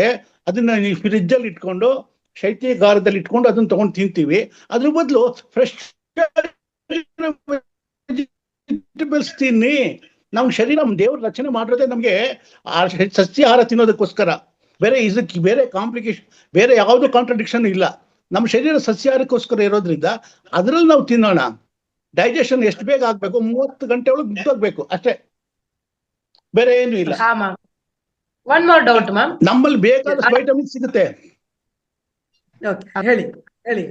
ಅವ್ರು ಹೇಳ್ತಾರೆ ಪ್ರಾಣಿ ಜೀವ ಜಂತುಗಳನ್ನ ತಿಂದ್ರೆ ಅದು ಪಾಪ ಕರ್ಮದ ಮುಖಾಂತರ ಇದು ಬಂದಿದೆ ಅಂತ ಹೇಳಿದ್ರು ಮ್ಯಾಮ್. ಹಾಗಾದ್ರೆ ಸಸ್ಯ ಅದು ಬೆಳೆದಿರ್ಬೇಕಾದ್ರೆ ನಾವು ಕೀಳಕ್ಕಿಂತ ಮುಂಚೆ ಅದು ಜೀವಂತ. ಅದಕ್ಕೆ ಇಲ್ಲಿ ಇಲ್ಲಿ ನಾನು ಬೇರೆ ಕಡೆ ಒಂದ್ ಕಡೆ ಸ್ಪೀಕರ್ ಆಗಿ ಹೋದಾಗ ಅವರು ಇದೇ ಪ್ರಶ್ನೆ ಕೇಳಿದ್ರು. ಆಗ ನನ್ನ ಉತ್ತರ ಏನಾಗಿತ್ತು ಅಂತಂದ್ರೆ, ಸಸ್ಯಾಹಾರ ಯಾವುದೇ ಸಸ್ಯಗಳಿಗಾಗ್ಲಿ ನೀವು ಮುರಿದಾಗ ರಕ್ತ ಬರಲ್ಲ. ಬಟ್ ಅದಕ್ಕೂ ಜೀವ ಇರುತ್ತಲ್ಲ ಮ್ಯಾಮ್. ಅಲ್ಲ, ಅದು ನಾವು ಸೇವಿಸಕ್ಕೆ ಅಂತ ಮಾಡಿರುವಂತ ಪ್ರಕೃತಿ ದತ್ತವಾದದ್ದು. ಅದು ಪ್ರಾಣಿಗಳಲ್ಲ, ಜೀವಿಗಳನ್ನ. ಸರ್ ಏನ್ ಹೇಳ್ತೀರಿ ಸರ್? ಹೇಳಿ ಸರ್. ಪ್ರಾಣಿಗಳನ್ನ ನೀವು ಸಾಯಿಸ್ಬೇಕಾದ್ರೆ ಕಿರ್ಚ್ಕೊಳ್ಳುತ್ತೆ, ಕೈ ಅಯ್ಯೋ ಅನ್ನುತ್ತೆ. ಕೋಳಿನ ಸಾಯಿಸ್ಬೇಕಾದ್ರೆ ನರಳುತ್ತೆ. ಯಾರು ಖುಷಿಯಾಗಿ ನಾನು ತಿನ್ನಮ್ಮ ನೀನು ಗೌರಮ್ಮ, ನಾನು ಈ ಕೋಳಿ ತಗೊಂಡು ತಿನ್ನು ನೀನು ಅಂತ ಹೇಳೋದಿಲ್ಲ. ಆದ್ರೆ ಸಸ್ಯಗಳು ನಮಗೋಸ್ಕರ ಇರೋದು. ಬೆಳೆದಿರೋದು ಏನಾಗುತ್ತೆ ಅಂದ್ರೆ, ಹಣ್ಣನ್ನ ಹಾಗೆ ಬಿಟ್ರೆ ಕೊಡ್ತೋಗುತ್ತೆ. ಅದು ಇರೋದು ಫಲಗಳಿರೋದೆಲ್ಲ ನಮ್ಮ ಶರೀರಕ್ಕೆ ಉಪಯೋಗಕ್ಕೆ ಅಂತ ಪ್ರಕೃತಿನಲ್ಲಿ ಕೊಟ್ಟಿರುವಂಥದ್ದು. ಪ್ರಕೃತಿ ಗಿಡ ಗಂಟೆಗಳನ್ನೆಲ್ಲ, ಗೆಣಸು ಬೇರುಗಳನ್ನೆಲ್ಲ ಕೊಟ್ಟಿರೋದು. ಹಾಗೆ ಬಿಟ್ರೆ ಅದು ಕೊಳೆತ್ಕೊಂಡು ಹೋಗುತ್ತವೆ. ಅದು ನೀವು ತಗೊಂಡಾಗ ಅದು ಸಂತೋಷವಾಗಿರೋದಕ್ಕೆ, ಅದಕ್ಕೆ ನೋವೇನು ಆಗೋದಿಲ್ಲ ಅದಕ್ಕೆ. ಹಾಗೆ ಗಿಡ ಬಿಟ್ರೆ ಒಣಗೋಗುತ್ತೆ ಅದು. ಪ್ರಾಣಿಯನ್ನ ಬಿಟ್ರೆ, ಕೋಳಿನ ಬಿಟ್ರೆ ಬದುಕೊಂಡಿರುತ್ತೆ. ನಾವು ಹಿಡ್ಕೊಂಡ್ ಬಂದಿದ್ದೇನೆ ಅದನ್ನ ಕುಯ್ದ್ಬಿಟ್ಟು ರೆಕ್ಕೆ ಪುಕ್ಕ ತೆಗೆದ್ಬಿಟ್ಟು ಮಾಂಸ ತಗೊಂಡು ತಿಂತೀವಿ. ಅದ್ ಎಷ್ಟು ಅಳುತ್ತೆ ಹೇಳಿ, ಎಷ್ಟು ಕಿರಿಸುತ್ತೆ. ಗಿಡಗಳಿಗೆ ಹಾಗೆಲ್ಲ ನೀವು ಹಣ್ಣು ತೆಗೆದಷ್ಟು, ಕಟ್ ಮಾಡಿದಷ್ಟು ಗಿಡ ಚೆನ್ನಾಗಿ ಬೆಳೆಯುತ್ತೆ. ನಾವು ತೆಂಗಿನ ಮರದಲ್ಲಿ ಫಲ ಬಿಟ್ಟಿರುತ್ತಲ್ಲ, ಫಲ ಕಿತ್ತರೆ ಇನ್ನೂ ಅಷ್ಟು ಫಲ ಬರುತ್ತೆ. ಬಾಳೆಗೊನೆ ತೆಗೆದಾಗ ಇನ್ನೊಂದಿಷ್ಟು ಬಾಳೆಗೊನೆ ಬಿಡೋದಕ್ಕೆ ಅನುಕೂಲ ಆಗುತ್ತೆ. ಹೀಗೆ ಗಿಡ ಮರಗಳಲ್ಲಿ ಹಣ್ಣು ಕಿತ್ತಾಗ ಬೇರೆ ಹಣ್ಣು ಬರೋಕ್ಕೆ ಅವಕಾಶ ಇರುತ್ತೆ. ಅಂದ್ರೆ ಅದಕ್ಕೆ ನೋವಾಗೋದಿಲ್ಲ, ಅದಕ್ಕೆ ಖುಷಿ ಆಗುತ್ತೆ. ಅದು ಆತ್ಮ ಸಮರ್ಪಣೆ ಗಿಡಗಳದ್ದು.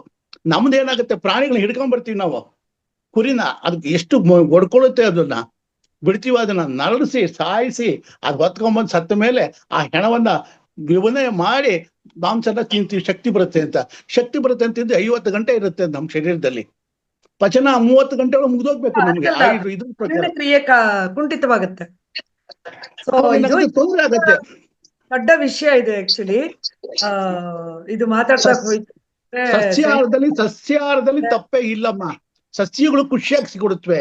ಅದಕ್ಕೆ ಎಷ್ಟು ಕಿತ್ತಷ್ಟು ಸಮೃದ್ಧಿಯಾಗಿ ಬೆಳೆಯುತ್ತೆ. ಹಾ ಸರ್. ನಿಮ್ಮಂತ ಇವಾಗ ತುಂಬಾ ವರ್ಷಗಳಿಂದ ನೀವು ಧ್ಯಾನ ಬರ್ತಿದ್ದೀರಾ, ಜೀವಿಗಳು ಮತ್ತೆ ತುಂಬಾ ತಿಳಿದವರು ಸರ್. ನಾನು ತುಂಬಾ ಚಿಕ್ಕವಳು. ಈಗ ನನಗೆ ಏನ್ ಸಜೆಸ್ಟ್ ಮಾಡ್ತೀರಾ ಸರ್ ನೀವು?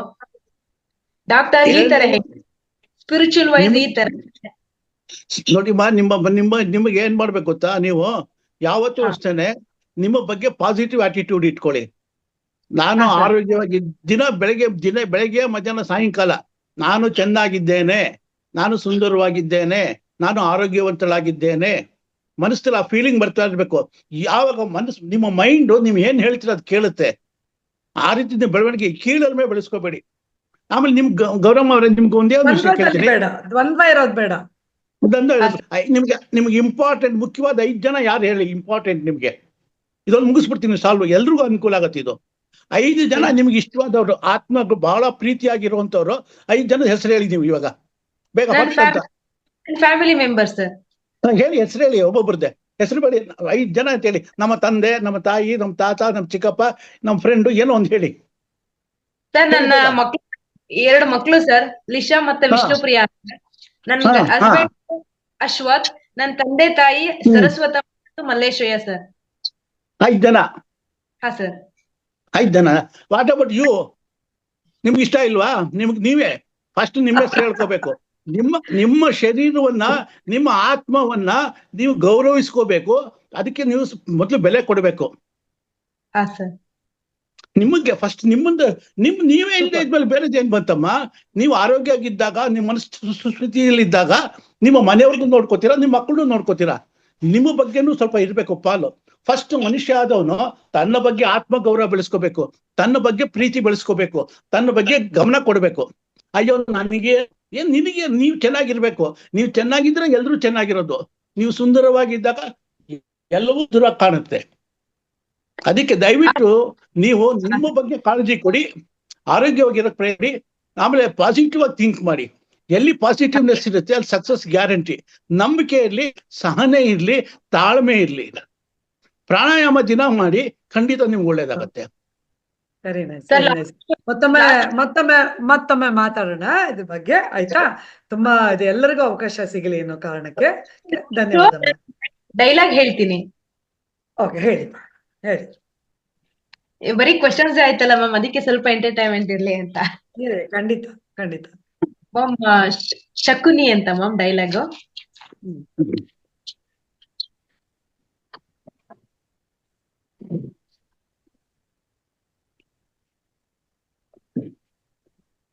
ಸದ್ದು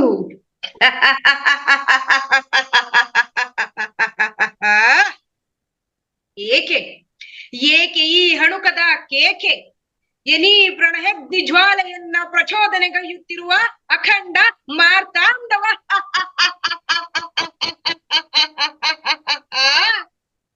ಚಕ್ರೇಶ್ವರ ರಾಜೇಶ್ವರಾಚಿ ಕುರುಡನ ಮಗನೇ, ಕುರುಕುಲ ಕೀಟವೇ, ಅಂದು ನೀನು ಮಾಡಿದಂತ ಘೋರ ಕೃತ್ಯವನ್ನ ನೆನೆದುಕೊಂಡರೆ ನನ್ನ ಗುಂಡಿಗೆಯು ಗಡಗಡನೆ ನಡುಗುತ್ತಿರುವುದು. ಹಬ್ಬ, ಈ ಘೋರ ಕಟು ವರ್ತನೆಯಿಂದ ನೊಂದು ಬೆಂದು ಜರ್ಜರಿತವಾದ ನನ್ನ ಈ ದೇಹವನ್ನ ತುಂಡು ತುಂಡಾಗಿ ಛಿದ್ರಿಸಿದರೂ ಸಹ ಅಲ್ಲಿಂದ ಮಾತ್ಸರ್ಯದ ವಿಷ ಸರ್ಪ ಎಡೆಯಾಡುವುದು ದುರ್ಯೋಧನ, ಎಡೆಯಾಡುವುದು.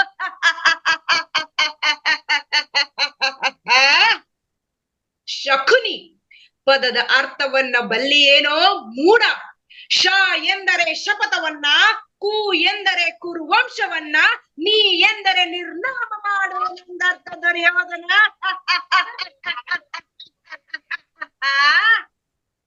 ಮೋಸವನ್ನ ಮೋಸದಿಂದಲೇ ಗೆಲ್ಲಬೇಕೋ, ವಜ್ರವನ್ನ ವಜ್ರದಿಂದಲೇ ತುಂಡರಿಸಬೇಕೋ? ಮೋಸದ ದಾಳಗಳನ್ನ ಉರುಳಿಸಿ ಪಾಂಡವರನ್ನ ಸೋಲಿಸಿ ನಿನ್ನ ವಿರುದ್ಧ ಹೆತ್ತಿಗಟ್ಟಿದ ಮಹಾವೀರ ಶೂರ ಶಕುನಿಯ ಮುಂದೆ ನಿಮ್ಮಗಳ ಸರಸ ಸಲ್ಲಾಪ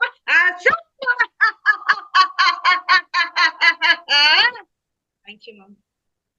very nice, very nice, super, fantastic. ನೋಡಿ, ಅಟ್ಲೀಸ್ಟ್ ನಾನು ಅಷ್ಟೊಂದು ಮಾತಾಡಿದಕ್ಕೆ ಸಾರ್ಥಕ ಆಯ್ತು ಅಂತ ನಾನು ಅನ್ಕೋತೀನಿ. ವೆರಿ ನೈಸ್ ಮಾ, ತುಂಬಾ ಚೆನ್ನಾಗಿತ್ತು. Very nice, super, very nice. Gowramma, ನಿಮ್ಮ ಹೆಸರೇ ಗೌರಮ್ಮನಾ? ಹಾ ಸರ್, Gowramma ma'am. Okay okay, very nice, thank you so much. Okay okay okay, next Uma Kulkarni madam ಮಾತಾಡಿ. ಉಮಾ ಕುಲಕರ್ಣಿ ಅವರು. ನಮಸ್ತೆ ಮ್ಯಾಮ್. ಸ್ವಲ್ಪ ಚಿಕ್ಕದಾಗಿರ್ಲಿ ಪ್ಲೀಸ್. ಚಿಕ್ಕದೇ ಹೇಳ್ತೀನಿ ಮೇಡಮ್. ಇಲ್ಲಿ ನಮ್ಮ ಪತ್ರಿಜಿ ಗುರುಗಳಿಗೆ ಹಾಗೂ ರಂಗನಾಥ್ ಗುರುಗಳಿಗೂ ಮತ್ತು ನಮ್ಮ ಯೋಗ ಮತ್ತು ಧ್ಯಾನ ಹೇಳಿಕೊಡುವಂತಹ ನಾಗರಾಜ್ ಗುರುಗಳಿಗೂ ನನ್ನ ಅನಂತ ಕೋಟಿ ನಮಸ್ಕಾರಗಳು ಮೇಡಮ್. ನಾವು ಬೆಳಗಿನ ಅವಧಿಯಲ್ಲಿ ಕೂಡ ಭಾಗವಹಿಸ್ತಾ ಇರ್ತೀನಿ. 1 ವರ್ಷ ಆಯ್ತು. ನನ್ನ ಆರೋಗ್ಯದಲ್ಲಿ ಪ್ರತಿಯೊಂದು ಕೂಡ ಎಲ್ಲ ಸುಧಾರಣೆ ಆಗಿದೆ. ಹಾಗೂ ಈಗ ಏನಂದ್ರೆ, ಮೊನ್ನೆ ನಮ್ಮ ಯಶೋದಾ ಮೇಡಮ್ ಅವರು 18 ಸೂತ್ರಗಳನ್ನ ಹೇಳಿದ್ರು. ಬಹಳ ಅದ್ಭುತವಾಗಿತ್ತು, ಬಹಳಷ್ಟು ಅದ್ಭುತ ಸುಂದರವಾಗಿತ್ತು. ಹಾಗೂ ತಾವು ಕೂಡ ಹೇಳಿದ್ರಿ, ಸಮಗ್ರ ಜೀವನ ಶೈಲಿ ತುಂಬಾ ಸುಂದರವಾಗಿತ್ತು, ಅಮೋಘವಾಗಿತ್ತು. ಹಾಗೂ ನಮ್ಮ ನಾರಾಯಣ ಸರ್ ಅವರು ನಿದ್ರೆ ಹೇಗಿರ್ಬೇಕು, ಯಾವ ರೀತಿ ಮಾಡ್ಬೇಕು, ನಿದ್ರೆಯಲ್ಲಿ ಎಷ್ಟು ವಿಧಗಳು, ಯಾವ ಚಿಕ್ಕ ಮಕ್ಕಳು, ಮಧ್ಯ ವಯಸ್ಸಿನವರು, ಸಣ್ಣ ವಯಸ್ಸಿನವರು ಯಾವ ರೀತಿ ಮಾಡ್ಬೇಕನ್ನೋದು ಕೂಡ ಬಹಳಷ್ಟು ಸವಿಸ್ತಾರವಾಗಿ ಹೇಳಿದ್ರು. ಆಮೇಲೆ ಸಿದ್ಧಿ ಮಂತ್ರ ಹೇಗಿರ್ಬೇಕು, ಜಪದಿಂದ ಶಕ್ತಿ ಬರುತ್ತೆ, ಮತ್ತು ಯಾವಾಗ್ಲೂ ಕೂಡ ಜಪ ತಪ ಮಾಡೋದ್ರಿಂದ ನಾವು ಸಾಧಕರಾಗೋಣ ಅನ್ನೋದನ್ನು ಕೂಡ ಅವ್ರು ಹೇಳಿದ್ರು. ತುಂಬಾ ಚೆನ್ನಾಗಿ ಮತ್ತು ನೆನ್ಪಿಟ್ಕೊಳ್ಳೋಂತ ಸಂಗತಿ ಕೂಡ ಆಯ್ತು. ಆಮೇಲೆ ಇಲ್ಲಿ ಒಂದೇ ಏನಂದ್ರೆ ವಿಷಯ ಮೇಡಮ್, ಎಲ್ಲರಿಗೂ ಕೂಡ ಈಗ ಚಿಕ್ಕದ ಅಂತ, ನಾನ್ ಚಿಕ್ಕವಳು ಅಂತ ಗೌರಮ್ಮ ಅವ್ರು ಹೇಳಿದ್ರು. ಆದ್ರೂ ಕೂಡ ಅವರಲ್ಲಿ ಎಷ್ಟು ಶಕ್ತಿ ಅಡಗಿದೆ. ಕೆಲವೇ ದಿನಗಳಾಯ್ತು ನಾನು ಧ್ಯಾನ ಮಾಡ್ತಾ ಇದ್ದೀನಿ ಅಂತ ಹೇಳಿದ್ರು. ಆದ್ರೆ ಇನ್ನೂ ಅವ್ರು ಮಾಡ್ತಾ ಇದ್ರ ಅವರಲ್ಲಿ ಶಕ್ತಿ ಬಹಳಷ್ಟು ಬರುತ್ತೆ, ಅದ್ಭುತವಾಗಿರುತ್ತೆ. ಇಂತಹ ಚಿಕ್ಕ ವಯಸ್ಸಿನ ಕಲೆಗಳು ಮುಂದೆ ಬರಬೇಕು. ಕಲಿನಲಿ ಅಂತ ಹೇಳ್ತೀವಲ್ಲ ನಾವು ಪ್ರೈಮರಿ ಸ್ಕೂಲ್ನಲ್ಲಿ, ಆ ರೀತಿಯಿಂದ ಇಂತಹ ಕಲಿನಲಿಗಳು ಬೇಗ ಮುಂದಕ್ಕೆ ಬರ್ಬೇಕು. ಅಂದಾಗ ನಮ್ಮ ಮಹಾವತಾರ ಫೌಂಡೇಶನ್ ಬೆಳಿಲಿಕ್ಕೆ ಸಾಧ್ಯತೆ ಆಗತ್ತಂತ ಹೇಳ್ತೀನಿ. ಗೌರಮ್ಮ ಅವರು ದಿನಾ ಬರ್ರಿ, ದಿನ ನಮ್ಗೆ ಶಕುನಿ ಅಂತಹ ಒಂದು ಶ್ಲೋಕವನ್ನ, ಶಕುನಿ ಅರ್ಥವನ್ನು ಕೂಡ ಅವ್ರು ಹೇಳಿದ್ರು. ಎಷ್ಟು ಚೆನ್ನಾಗಿತ್ತು ಅವ್ರ ಕಲೆ. ಹಾ ತುಂಬಾ ಅದ್ಭುತವಾಗಿತ್ತು ಕಲೆ ಮೇಡಮ್. ನಿಜವಾಗೂ ಸಾರ್ಥಕತೆ ಆಯ್ತು. ಅವರ ಮಾತನ್ನು ಕೇಳಿ, ಅವರ ಕೆಲವು ಗೊಂದಲ ದ್ವಂದ್ವಗಳನ್ನು ಕೇಳಿ ಕೂಡ ಬಹಳಷ್ಟು ಅದಕ್ಕೆ ಒಳ್ಳೆ ರೀತಿಯಿಂದ ತಾವು ಮತ್ತು ನಮ್ಮ ನಾರಾಯಣ ಸರ್ ಕೂಡ ಸವಿಸ್ತಾರವಾಗಿ ಅವುಗಳಿಗೆ ಪ್ರಶ್ನೆಗಳಿಗೆ ಅವರು ಉತ್ತರವನ್ನು ಕೊಟ್ರಿ. ಯಾವ ರೀತಿಯಿಂದ ಇದ್ರೆ ನಿಮ್ಮ ಜೀವನದಲ್ಲಿ ಬದಲಾವಣೆ ಆಗತ್ತೆ ಅನ್ನೋದನ್ನು ಕೂಡ ತಾವು ಹೇಳಿದ್ರಿ. ಆಮೇಲೆ ಇಲ್ಲಿ ಏನಿಲ್ಲ ಅಂದ್ರೆ ಮೇಡಮ್, ನಾವು ಒಂದು ಚಿಕ್ಕದಾದಂತ ಒಂದು ಮಾತೆ ಮಡಿಲು ಅನ್ನೋದು ಹೇಗಿರತ್ತೆ ಅನ್ನೋದರ ಬಗ್ಗೆ ಸ್ವಲ್ಪ ಹೇಳ್ತೀನಿ ಅಷ್ಟ. ಜಸ್ಟ್ ಒಂದು ಎಲ್ಲಿ ಸ್ವಾಮಿ ಶಾಂತಿ ವರದಾನಂದ ಅವರು ಶಾರದಾ ಮಾತೆಯ ಆಶ್ರಮದಲ್ಲಿ ಇರುವಂತ ಸ್ವಾಮಿಗಳು. ಮಹಾಮಾತೆ ಶ್ರೀ ಶಾರದಾ ದೇವಿ ಅವರು ಪ್ರೀತಿ, ಕರುಣೆ, ಅನುಕಂಪೆಯ ಮೂರ್ತಿ, ಮಾತೃ ಸ್ವರೂಪರಾಗಿದ್ದವರು. ಯಾವುದೇ ತಾರತಮ್ಯ ಇಲ್ಲದೆ ಪ್ರತಿಯೊಬ್ಬರನ್ನು ಸಮಾನವಾಗಿ ಪ್ರೀತಿಸುತ್ತಿರುವಂತಹ ಮಾತೃ ಹೃದಯವುಳ್ಳವರಾಗಿದ್ರು. ಅನೇಕ ಪತಿತರು, ಪಾಪ ಕಾರ್ಯ ಮಾಡಿದವರು, ಪುಣ್ಯ ಮಾಡಿದವರು ಎಲ್ಲರೂ ಕೂಡ ಆಶ್ರಮದಲ್ಲಿ ಬರ್ತಾ ಇದ್ರು. ಅವರ ಪ್ರೀತಿ ಪ್ರಾರ್ಥನೆಗೆ ಒಳ್ಳೆಯ ರೀತಿಯಿಂದ ವ್ಯಕ್ತಿಗಳಾಗಿದ್ರು. ಅವರು ಮಾತೆಯವರು ಪ್ರತಿಯೊಬ್ಬರು ಕೆಟ್ಟವರನ್ನ ಒಳ್ಳೆಯವರನ್ನ ತನ್ನ ಮಗನಂತೆ ನೋಡಿಕೊಳ್ಳುವಂತ ಸ್ವಭಾವ ಮಾತೆಯದ್ದಾಗಿತ್ತು. ಅಲ್ಲಿ ಬಡವರಾಗ್ಲಿ, ಶ್ರೀಮಂತರಾಗ್ಲಿ, ಕೂಲಿಕಾರರಾಗ್ಲಿ, ಮತ್ತು ಯಾವುದೇ ಒಂದು ಕನಿಷ್ಠ ಕೆಲಸ ಮಾಡುವಂತವ್ರು ಕೂಡ ಮಾತೆಯ ಹತ್ತಿರ ಬರ್ತಾ ಇದ್ರು. ಕೂಲಿಕಾರ ಬರ್ತಾ ಇದ್ರು, ಪಲಿಕೆ ಹೋರೋರು ಬರ್ತಾ ಇದ್ರು, ಕುಂಬಾರರು ಬರ್ತಿದ್ರು, ಮಡಿಕೆ ಮಾಡುವವರಂತರು ಬರ್ತಿದ್ರು, ಎಲ್ಲರೂ ಬರ್ತಿದ್ರು. ಮೀನುಗಾರಾಗ್ಲಿ, ಅಂಬಿಗರಾಗ್ಲಿ, ಚಮ್ಮಗಾರರಾಗ್ಲಿ, ಅಕ್ಸಾಲಿಗರಾಗ್ಲಿ ಪ್ರತಿಯೊಬ್ರು ಬರ್ತಾ ಇದ್ರು. ಎಲ್ಲರಿಗೂ ಕೂಡ ಮಾತೆ ಸರಿ ಸಮಾನವಾಗಿ ನೋಡ್ತಾ ಇದ್ರು. ತಾವು ಮಾಡಿದಂತಹ ಸಿಹಿ ಅವಲಕ್ಕಿ ಮತ್ತು ಪೊಂಗಲ್ ಅಂತ ಹೇಳ್ತಾರಲ್ಲ, ಅದನ್ನ ಎಲ್ಲರಿಗೂ ಕೂಡ ಪ್ರತಿಯೊಬ್ಬರಿಗೂ ಒಂದೊಂದು ತುತ್ತು ಕೊಟ್ಟು ಆನಂತರ ತಾವು ಮಾತೆ ನಿಮಗೆ ಇಲ್ಲಲ್ಲ ಅಂತ ಕೇಳ್ತಾ ಇದ್ರಂತೆ. ಆದ್ರೆ ಅವಾಗ ಹೇಳ್ತಿದ್ರಂತೆ, ನನ್ನ ಮಕ್ಕಳು ತಿಂದು ಸಂತೃಪ್ತಿಯನ್ನು ಹೊಂದಿದ್ರೆ ನಾನು ತೃಪ್ತಿ ಹೊಂದಿದ ಹಾಗೆ ಅಂತ ಅವ್ರು ಹೇಳ್ತಾ ಇದ್ರಂತೆ ಮಾತೆ. ಅಂತಹ ಒಂದು ಒಳ್ಳೆಯ ಸ್ಥಿತಿ ಅವರಲ್ಲಿ ಮಾತೃ ಹೃದಯ ಇತ್ತಂತೆ. ಹಾಗಾಗಿ ಒಂದ್ಸಲ ಹೀಗೆ ಏನಾಯ್ತಂದ್ರೆ, ಪ್ರತಿಯೊಂದು ಅದ್ಭುತವಾದಂತಹ ಮಡುಯಿತು. ಜೇನುತುಪ್ಪ ಹೇಗೆ ಸಿಹಿ ಆಗಿರುತ್ತೆ ಆಗಿತ್ತಂತೆ ಅವರ ನುಡಿಗಳು. ಮುಂದೆ ಸಮಾನವಾಗಿ ಬಿಡ್ತಿತ್ತು.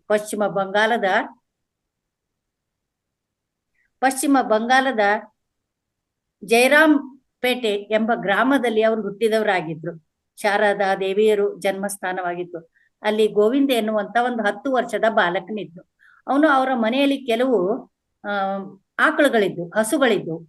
ಆ ಹಸುಗಳಿಗೆ ಮೇವು ಹಾಕೋದು, ನೀರು ಹಾಕೋದು ಹೀಗೆಲ್ಲ ಮಾಡ್ತಾ ಇದ್ದಂತೆ. ಆದ್ರೆ ಒಂದು ಸಲ ಅವನು ಕಾಡಿಗೆ ಹೋದಾಗ ಅವನ ಮೈಗೆ ಏನೋ ತರ್ಚ್ಕೊಂಡಿತ್ತು.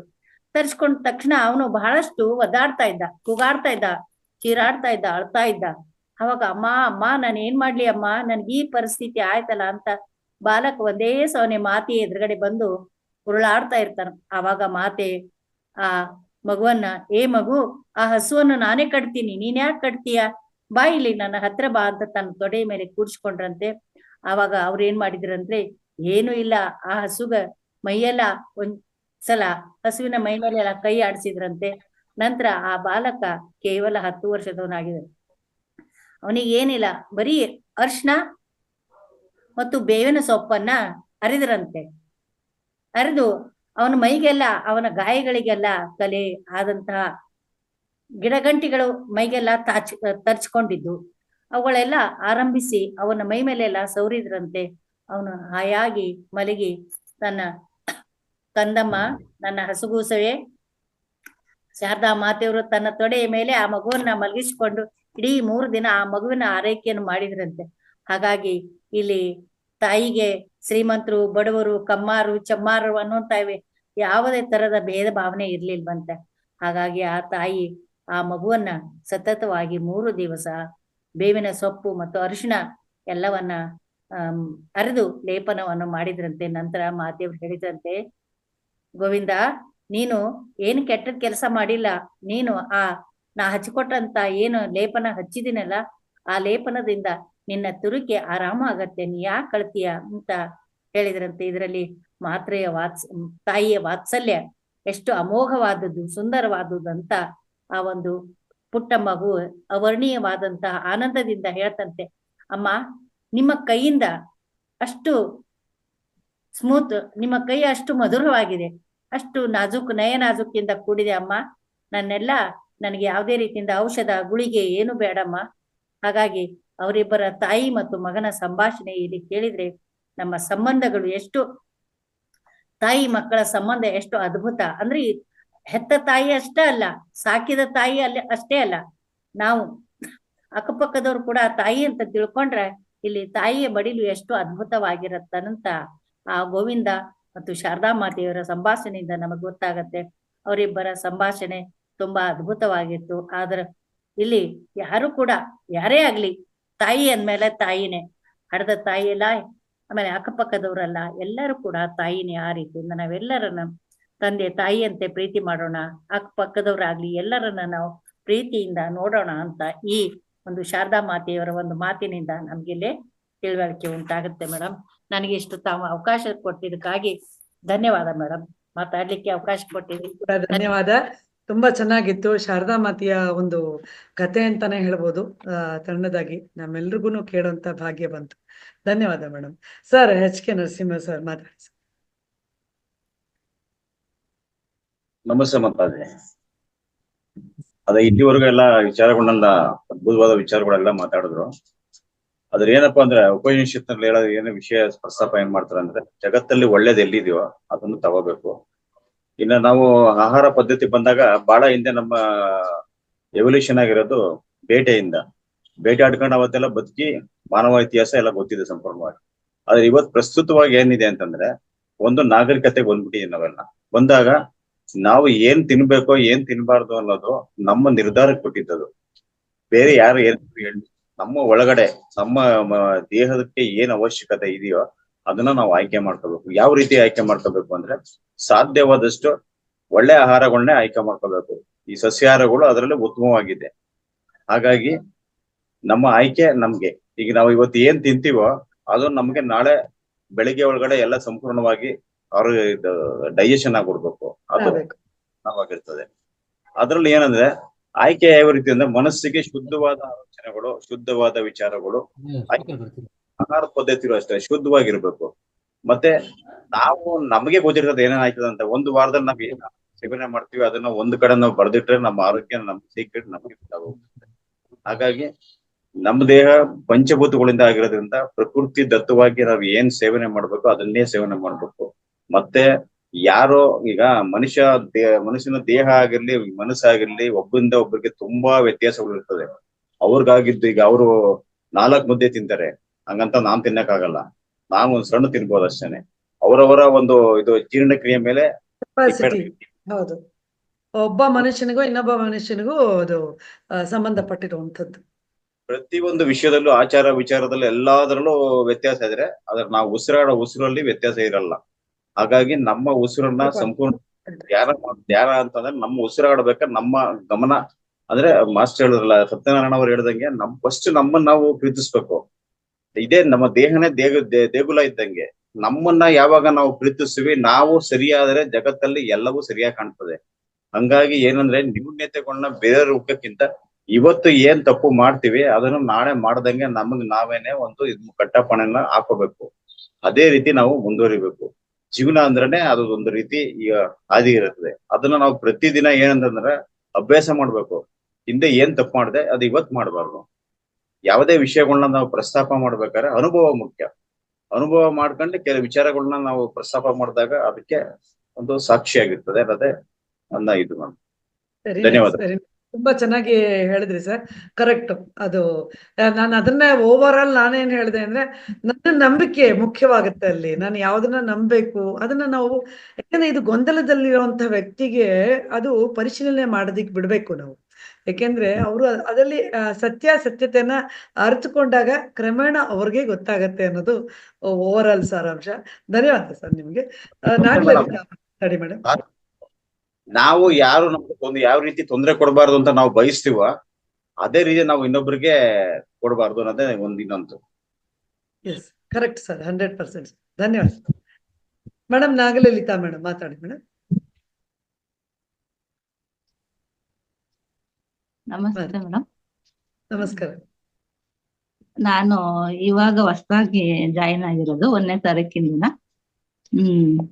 ನನಗೆ ಧ್ಯಾನದ ಬಗ್ಗೆ ತುಂಬಾ ಖುಷಿ ಆಯ್ತು ಮೇಡಮ್. ನಾನು 40 ನಿಮಿಷ ಹೇಗೋ ಆಗೋ ಈಗ ಕಾಲ ಕಳೆದ್ ಬಿಡ್ತಿದ್ವಿ, ಮಾತಾಡಿಟ್ಟು ಹಾಡ್ಕೊಂಡ್ ಹಾಗೆ ಕಾಲ ಕಳಿತಿದ್ವಿ. ಈಗ ಎಷ್ಟು ಅದನ್ನ ಒಳ್ಳೆ ಇದಕ್ಕೆ ಮೀಸಲಾಗಿ ಇಟ್ಕೊಂಡ್ವಿ ಅಂತ ಖುಷಿ ಆಗ್ತಿದೆ. ಧ್ಯಾನಕ್ಕೆ ತುಂಬಾ ಖುಷಿ ಆಯ್ತು ಮೇಡಮ್. ಧ್ಯಾನದಿಂದ ನಮ್ಗೆ ತುಂಬಾ ಕೆಲವು ಅನುಭವಗಳು ಆಗ್ತಾ ಇದೆ. ಮಾಡ್ತಿದ್ದೆ ತುಂಬಾ ದಿನದಿಂದ ಬೇರೆ ಬೇರೆ ತರದ್ದೆಲ್ಲ. ಹಾಗಾಗಿ ಇದು ತುಂಬಾ ನಂಗೆ ಇಷ್ಟ ಆಯ್ತು ಉಸಿರದ್ದು ಮೂಲಕ. ಹಾಗಾಗಿ ಈ ಒಂದು ಇದಕ್ಕೆ ನಮ್ಗೆ ಧನ್ಯವಾದಗಳನ್ನ ಅರ್ಪಿಸ್ತೀವಿ. ಮತ್ತೆ ನೆನ್ನೆ ಒಂದು ಇವರು ಬೆಳಗ್ಗೆ ಇದು ಹೇಳಿದ್ರು ಸುರನ ನಾಗಾಂಬಿಕಾ ಮೇಡಮ್, ನನಗೆ ಒಂದು ಪ್ರಶ್ನೆಗೆ ಉತ್ತರ ಸಿಕ್ತು ಇದರಿಂದ. ಏನಂದ್ರೆ ಸಮಾಜದಲ್ಲಿ ಅಥವಾ ನಮ್ಮ ಅಕ್ಕಪಕ್ಕ ಮನೆಗಳ ಹೇಗೆ ನಾವು ಬದುಕಬೇಕು ಇವ್ರ ಜನಗಳ ಜೊತೆ ಅನ್ನೋದೇ ನಮ್ಗೆ ಕಷ್ಟ ಅನಿಸ್ತಾ ಇತ್ತು. ನಮ್ಗೆ ಇನ್ನು ಜಗಳ ಕದನ ಒಂದು ಏನೋ ಮಾತುಕತೆಗಳು ಹೀಗೆ ಸುಲಿಗೆ ಅದೆಲ್ಲ ಸುಮ್ನೆ ಯೋಚನೆ ಮಾಡಿದಾಗ ಇದು ಏನ್ ಹೀಗೆ ನಾವ್ ಹೆಂಗಪ್ಪ ಈ ಜನಗಳ ಮಧ್ಯೆ ಬದುಕೋದು ಹೇಗೆ, ನಮ್ಮ ಇದಕ್ಕೆ ಆತರ ಸುಮ್ನೆ ನಮ್ಮ ಮನೇಲಿ ನಾವ್ ಇದ್ರುವೆ ಅದ ತರ ಎಲ್ಲ ಯೋಚನೆಗಳು ಬರ್ತಾ ಇತ್ತು, ಹೇಗೆ ಪ್ರಪಂಚ ಈ ತರ.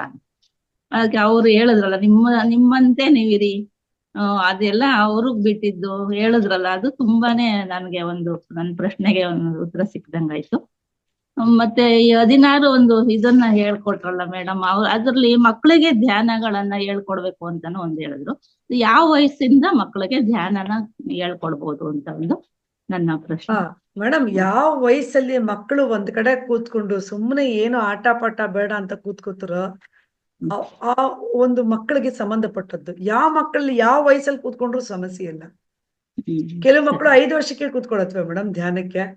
ಈ ಒಂದು ಈ ಸರಿಗಮ್ಮಪ್ಪ ಒಂದು ಇದು ಬರ್ತಾ ಇತ್ತು, ಅದ್ರೊಳಗಡೆ ಒಂದು ಹುಡುಗ, ಈಗ ನನಗೆ ಗೊತ್ತಿಲ್ಲ, ಮುಂಚೆ ಯಾವುದೋ ಒಂದು ಇದರದಲ್ಲಿ ಇರ್ಬೇಕು ಅನ್ಸುತ್ತೆ, ಆ ಒಂದು ಸರಿಗಮಪ್ಪನಲ್ಲಿ ಬರ್ತಿರೋಂತಹ ಹುಡುಗ, ಅವನು ಏನಪ್ಪಾ ಅಂತ ಈ ಅನುಶ್ರೀ ಕೇಳಿದಾಗ ಆ ಹುಡುಗ ಹೇಳ್ದ, ಅವನಿಗೆ ಮೋಸ್ಟ್ ಪ್ರಾಬ್ಲಿ ಒಂದು 7 ವರ್ಷನೋ 8 ವರ್ಷನೋ ಇರ್ಬೋದು.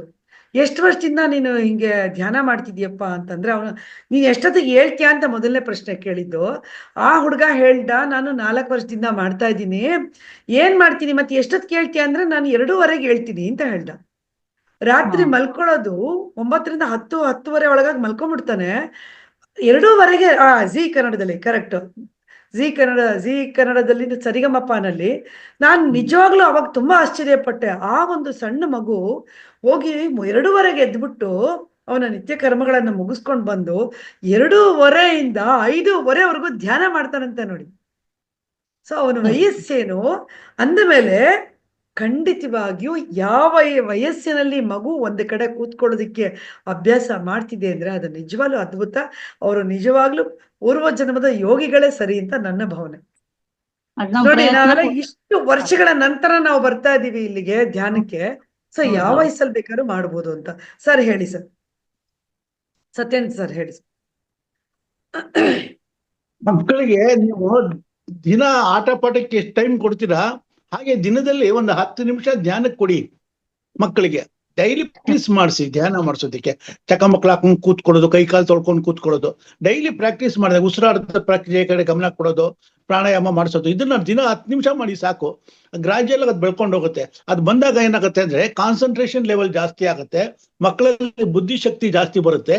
ಅದಕ್ಕೆ ನಾವು ಕಂಪಲ್ಸರಿ, ಅವನ್ಯಾರ ಹುಡುಗ ಒಬ್ಬ ಎಕ್ಸೆಪ್ಷನಲ್ ಇದ್ದಾನೆ, ಎಲ್ರು ಆತರ ಮಾಡಲ್ಲ, ಅದಕ್ಕೆ ಒಬ್ಬೊಬ್ಬರಿಗೆ ಇರುತ್ತದೆ, ಯೋಗಿಗಳಾಗಿರ್ತಾರೆ. ಈಗ ನಾವು ನಮ್ಮ ಮಕ್ಕಳಿಗೆ ನಾವೇನ್ ಮಾಡ್ಬೇಕು, 10 ನಿಮಿಷ ಕೊಡಿ ಸಾಕು. ಸಾಯಂಕಾಲದ ಹೊತ್ತು ಕೈ ಕಾಲು ಆಟ ಆಡಕ್ ಬಿಡಿ, ಅವ್ರನ್ನ ಆಟ ಆಡ್ಲಿ, ಎಲ್ಲ ಮಾಡ್ಕೊಂಡ್ಬರ್ಲಿ. ಓದಕ್ ಕೂತ್ಕೋಬೇಕು ಅಂದ್ರೆ ಓದಕ್ ಕೂತ್ಕೊಳ್ಳಿ. ಆದ್ರೆ ಯಾವ್ದೇ ಕಾರಣಕ್ಕೂ ಮೊಬೈಲ್ನ ಕೊಡ್ಬೇಡಿ, ಮೊಬೈಲ್ನ ಅವಾಯ್ಡ್ ಮಾಡಿ ಮಕ್ಕಳಿಂದ. ಮೊಬೈಲ್ ಕೊಟ್ರು ಚೈಲ್ಡ್ ಲಾಕ್ ಮಕ್ಕಳಿಗೆ ಬೇರೆ ಏನನ್ನೋ ನೋಡ್ಬಾರ್ದು ಅವರು, ಅದ್ ಲಾಕ್ ಮಾಡ್ಬಿಟ್ಟು ಆಮೇಲೆ ಕೊಡಿ ಮಕ್ಕಳಿಗೆ. ಆದಷ್ಟು ಅವಾಯ್ಡ್ ಮಾಡಿ ಮೊಬೈಲ್ ಕೊಡೋದನ್ನ. ಓದೋದ ಕಡೆ ಗಮನ ಕೊಡ್ಸಕ್ ಹೇಳಿ. ಕಾನ್ಸಂಟ್ರೇಷನ್ ಲೆವೆಲ್ ಜಾಸ್ತಿ ಆಗ್ಬೇಕು ಅಂತಂದ್ರೆ ಪ್ರಾಣಾಯಾಮ ಮಾಡೋದು, ಧ್ಯಾನ ಮಾಡೋದ್ರಿಂದ ಅನುಕೂಲ ಆಗುತ್ತೆ. 10 ನಿಮಿಷ ಕೊಡಿ ಡೈಲಿ, 10-15 ನಿಮಿಷ ಡೈಲಿ ಪ್ರಾಕ್ಟೀಸ್ ಮಾಡಿಸಿ. ನಮ್ಮನೇಲಿ ಒಂದು ಬರೆಯೋದಕ್ಕೆ ತೊಂದ್ರೆ, ತುಂಬಾ ಬರೆಯೋದೇ ಕಷ್ಟ ಪಡ್ತಾನೆ, ತುಂಬಾ ಚಂಚಲ, ಓದ್ತಾನೆ, ಬರೆಯೋದೇ ತುಂಬಾ ಬರೆಯಲ್ಲ. ಟೀಚರ್ಗಳು ಅವ್ರಿಗೆ ಹೆಚ್ಚಿಗೆ ಎಕ್ಸಾಮ್ಗೆ ಹೆಚ್ಚಿಗೆ ಟೈಮ್ ನ ಕೊಡ್ತಾರೆ ಬರೆಯೋದಕ್ಕೆ. ಹೇಗೆ ಅವನ್ನ ಸರಿ ಮಾಡೋದು ಅಂತಾನೆ ಗೊತ್ತಾಗ್ತಿಲ್ಲ. ಅದಕ್ಕೆ ಧ್ಯಾನ ಮಾಡಿಸ್ಬೋದು ಅವ್ನ್ 4ನೇ ಕ್ಲಾಸು. ಅದಕ್ಕೆ ಖಂಡಿತ 4ನೇ ಕ್ಲಾಸ್ ಅಂದ್ರೆ ಖಂಡಿತ ಮಾಡಿಸ್ಬೋದು ಮೇಡಮ್, ಪ್ರಯತ್ನ ಪಡಿ. ಒಂದಷ್ಟು ದಿನ ಕರ್ಕೊಂಡ್ ಬನ್ನಿ ಧ್ಯಾನ ಮಾಡಿಸ್ಬೇಕಾರೆ. ಎಲ್ರು ಮಾಡ್ತಿದ್ದಾರೆ ಅಂದ್ರೆ ಮಕ್ಕಳು ಹಾಗೇನೆ. ನಾನೊಂದು ಪುಟ್ಟದ ಒಂದು 2 ಲೈನಲ್ಲಿ ನಾನು ಹೇಳೋದಕ್ಕೆ ಇಷ್ಟಪಡ್ತೀನಿ. ಒಂದು ತಾಯಿ ಮತ್ತೆ ಮಗು ಇಬ್ರು ದಿನಾಗ್ಲೂ ಟ್ರೈನಲ್ಲಿ ಹೋಗ್ತಾ ಇದ್ರಂತೆ. ಇಲ್ಲಿಂದ ಬಹುದೂರ ಪ್ರಯಾಣ ಮಾಡುವಂತಹ ಒಂದು ಸ್ಥಿತಿ ಅವ್ರದ್ದು. ಹಾಗಾಗಿ ಪ್ರಯಾಣ ಮಾಡ್ಬೇಕಾದ್ರೆ ಯಾವಾಗ್ಲೂ ಅಷ್ಟೇನೆ ಅವ್ರ ತಾಯಿ ಬುಕ್ ಇಟ್ಕೊಂಡು ಕೂತ್ಕೊಂಡಿರ್ತಿದ್ರಂತೆ. ಅವ್ರು ಬುಕ್ ಇಟ್ಕೊಂಡು ಓದ್ತಾ ಇರ್ತಿದ್ರಂತೆ. ಸೊ ದಿನಾಗ್ಲೂ ಆ ಮಗುನೂ ಅಷ್ಟೇ ಒಂದ್ ಬುಕ್ ಇಟ್ಕೊಂಡು ಕೂತಿರ್ತಿತ್ತಂತೆ. ಅದಕ್ಕೆ ಅವ್ರು ಕೇಳಿದ್ರಂತೆ, ಅಲ್ಲ ನಾವೆಲ್ಲರೂ ಮೊಬೈಲ್ ಇಟ್ಕೊಂಡು ನೋಡ್ತಾ ಇರ್ತೀವಿ, ನೀವು ಯಾವಾಗ್ಲೂ ಬುಕ್ ಇಟ್ಕೊಂತೀರಾ, ಮಗುಗೂ ಹಂಗೆ ಮಾಡಿದೀರಾ ಅಂತ. ಅದಕ್ಕೆ ಆ ತಾಯಿ ಹೇಳಿದ್ರಂತೆ, ನೋಡಿಮ್ಮ, ನಾವು ದೊಡ್ಡವರು ಏನು ಮಾಡ್ತೀವಿ ಚಿಕ್ಕ ಮಕ್ಕಳು ಅದನ್ನ ಅನುಸರಿಸತ್ವೆ. ಹಾಗಾಗಿ ಮೊದಲನೇದಾಗಿ ಇಲ್ಲಿ ಪಾಠ ಆಗ್ಬೇಕಾಗಿರೋದು ದೊಡ್ಡವ್ರಿಗೆ, ಮಕ್ಕಳಿಗೆ ಖಂಡಿತ ಅಲ್ಲ. ಮಕ್ಕಳಿಗೆ ಆ ಒಂದು ಸನ್ನಿವೇಶನ ಕ್ರಿಯೇಟ್ ಮಾಡುವಂಥದ್ದು ನಮ್ಮ ಕೈನಲ್ಲೇ ಇದೆ. ಅದನ್ನ ನಾವು ಮಾಡೋಣ ಅಂತ ಹೇಳ್ತಾ ಧನ್ಯವಾದ ಮೇಡಮ್. ಹಾಡು ಹೇಳ್ತೀನಿ ಮೇಡಮ್. ಪ್ಲೀಸ್ ಹೇಳಿ ಮೇಡಮ್. ಸರ್ 1 ನಿಮಿಷ ಸರ್. ಶಿವಕುಮಾರ್ ಸರ್, ಈ ಪ್ರಾಣಾಯಾಮ ಒಂದೇ ಮಾಡಿಸ್ಲಿಕ್ಕೆ ಸಾಧ್ಯನಾ ಸರ್? ಯೋಗಾಸನ ಈಗಾಗಲೇ ಮಾಡ್ಬೋದು. Okay sir, thank you madam. ಹೇಳಿ ಮೇಡಮ್ ಹಾಡು. ಮೇಡಮ್ ತೊಂದ್ರೆ ಬೇಡ, ಇನ್ನೊಂದ್ಸಲ ಹೇಳ್ತೀನಿ. ಇಲ್ಲ ಖಂಡಿತ ತೊಂದ್ರೆ ಇಲ್ಲ ಮೇಡಮ್. ಇವತ್ತಿನ ದಿನ ಇರೋದೇ ಅದಕ್ಕೆ. ಏನಂದ್ರೆ ಇಲ್ಲಿ ಒಂದೇ ಒಂದು ಗಮನಿಸ್ಬೇಕಾಗಿರೋದು ಎಲ್ಲಾರು ಏನಂದ್ರೆ, ಎಲ್ಲರೂ ಮಾತಾಡ್ಲಿ ಅನ್ನೋದು ಎಲ್ಲರಿಗೂ ಇರಬೇಕು ಅಷ್ಟೇ. ಒಬ್ಬರೇ ನಾವು ಜಾಸ್ತಿ ಸಮಯ ತಗೊಂಡಾಗ ಬೇರೆಯವ್ರಿಗೆ ಅವಕಾಶ ಸಿಗೋದಿಲ್ಲ ಅಂತ ಅಷ್ಟೇ. ದಯವಿಟ್ಟು ಹೇಳಿ. ಸಂಕ್ರಾಂತಿ ಹಬ್ಬದ ಬಗ್ಗೆ ಒಂದು ಹಾಡು. ರವಿಯ ಪಯಣ 6 ತಿಂಗಳು ಉತ್ತರದ ದಿಕ್ಕಿನೆಡೆಗೆ, ಸೂರ್ಯನೇರಿದ ರಥದ ತುರಗಗಳ ನೋಡು ಗಾಂಭೀರ್ಯ ನಡಿಗೆ, ನೋಡು ಗಾಂಭೀರ್ಯ ನಡಿಗೆ. ಮಕರ ಸಂಕ್ರಮಣ ಚಳಿಯ ದಿನಗಣನ, ಸೂರ್ಯನುತ್ತಣದ ಪಯಣ, ಸುಗ್ಗಿ ಆಗಮನ ಹಬ್ಬದಾಚರಣ, ಎಳ್ಳು ಬೆಲ್ಲಗಳ ಮಿಶ್ರಣ. ರವಿಯ ಪಯಣ 6 ತಿಂಗಳು ಉತ್ತರದ ದಿಕ್ಕಿನೆಡೆಗೆ, ಸೂರ್ಯನೇರಿದ ರಥದ ತುರಗಗಳ ನೋಡು ಗಾಂಭೀರ್ಯ ನಡಿಗೆ. ತಳಿದು ತೋರಣದ ಹುಗ್ಗಿ ಹೂರಣದ ಬುಗ್ಗೆ ಹೊನಲುಗಳ ಚೇತನ, ತೊಟ್ಟು ಹೊಸ ಬಟ್ಟೆ ಕೊಟ್ಟು ಖುಷಿ ಪಟ್ಟ ಜೀವ ಜೀವಗಳ ಸ್ಪಂದನ. ನಾನಾ ಜಪ ತಪಕ್ಕೆ ಪೂಜಾದಿ ತರ್ಪಣಕ್ಕೆ ಇದುವೆ ಅತಿ ಶುಭ್ರಗಳಿಗೆ, ಎಲ್ಲರನ್ನು ಕೇಳುವುದು ವಂದನೆ ಎಳ್ಳು ಬೆಲ್ಲಗಳ ಸವಿ ನುಡಿಗೆ. ರವಿಯ ಪಯಣ 6 ತಿಂಗಳು ಉತ್ತರದ ದಿಕ್ಕಿನೆಡೆಗೆ, ಸೂರ್ಯನೇರಿದ ರಥದ ತುರಗಗಳ ನೋಡು ಗಾಂಭೀರ್ಯ ನಡಿಗೆ. ಒಳ್ಳೆ ಮಾತುಗಳ ಕೊಳ್ಳೆ ಹೊಡೆಯುತ್ತಲಿ ಎಳ್ಳು ಬೆಲ್ಲವನು ಮೆಲ್ಲು, ಸುಳ್ಳನಾಡದೆ ಒಳ್ಳೆತನದಿಂದ ಜನಮನವ ನೀನು ಗೆಲ್ಲು.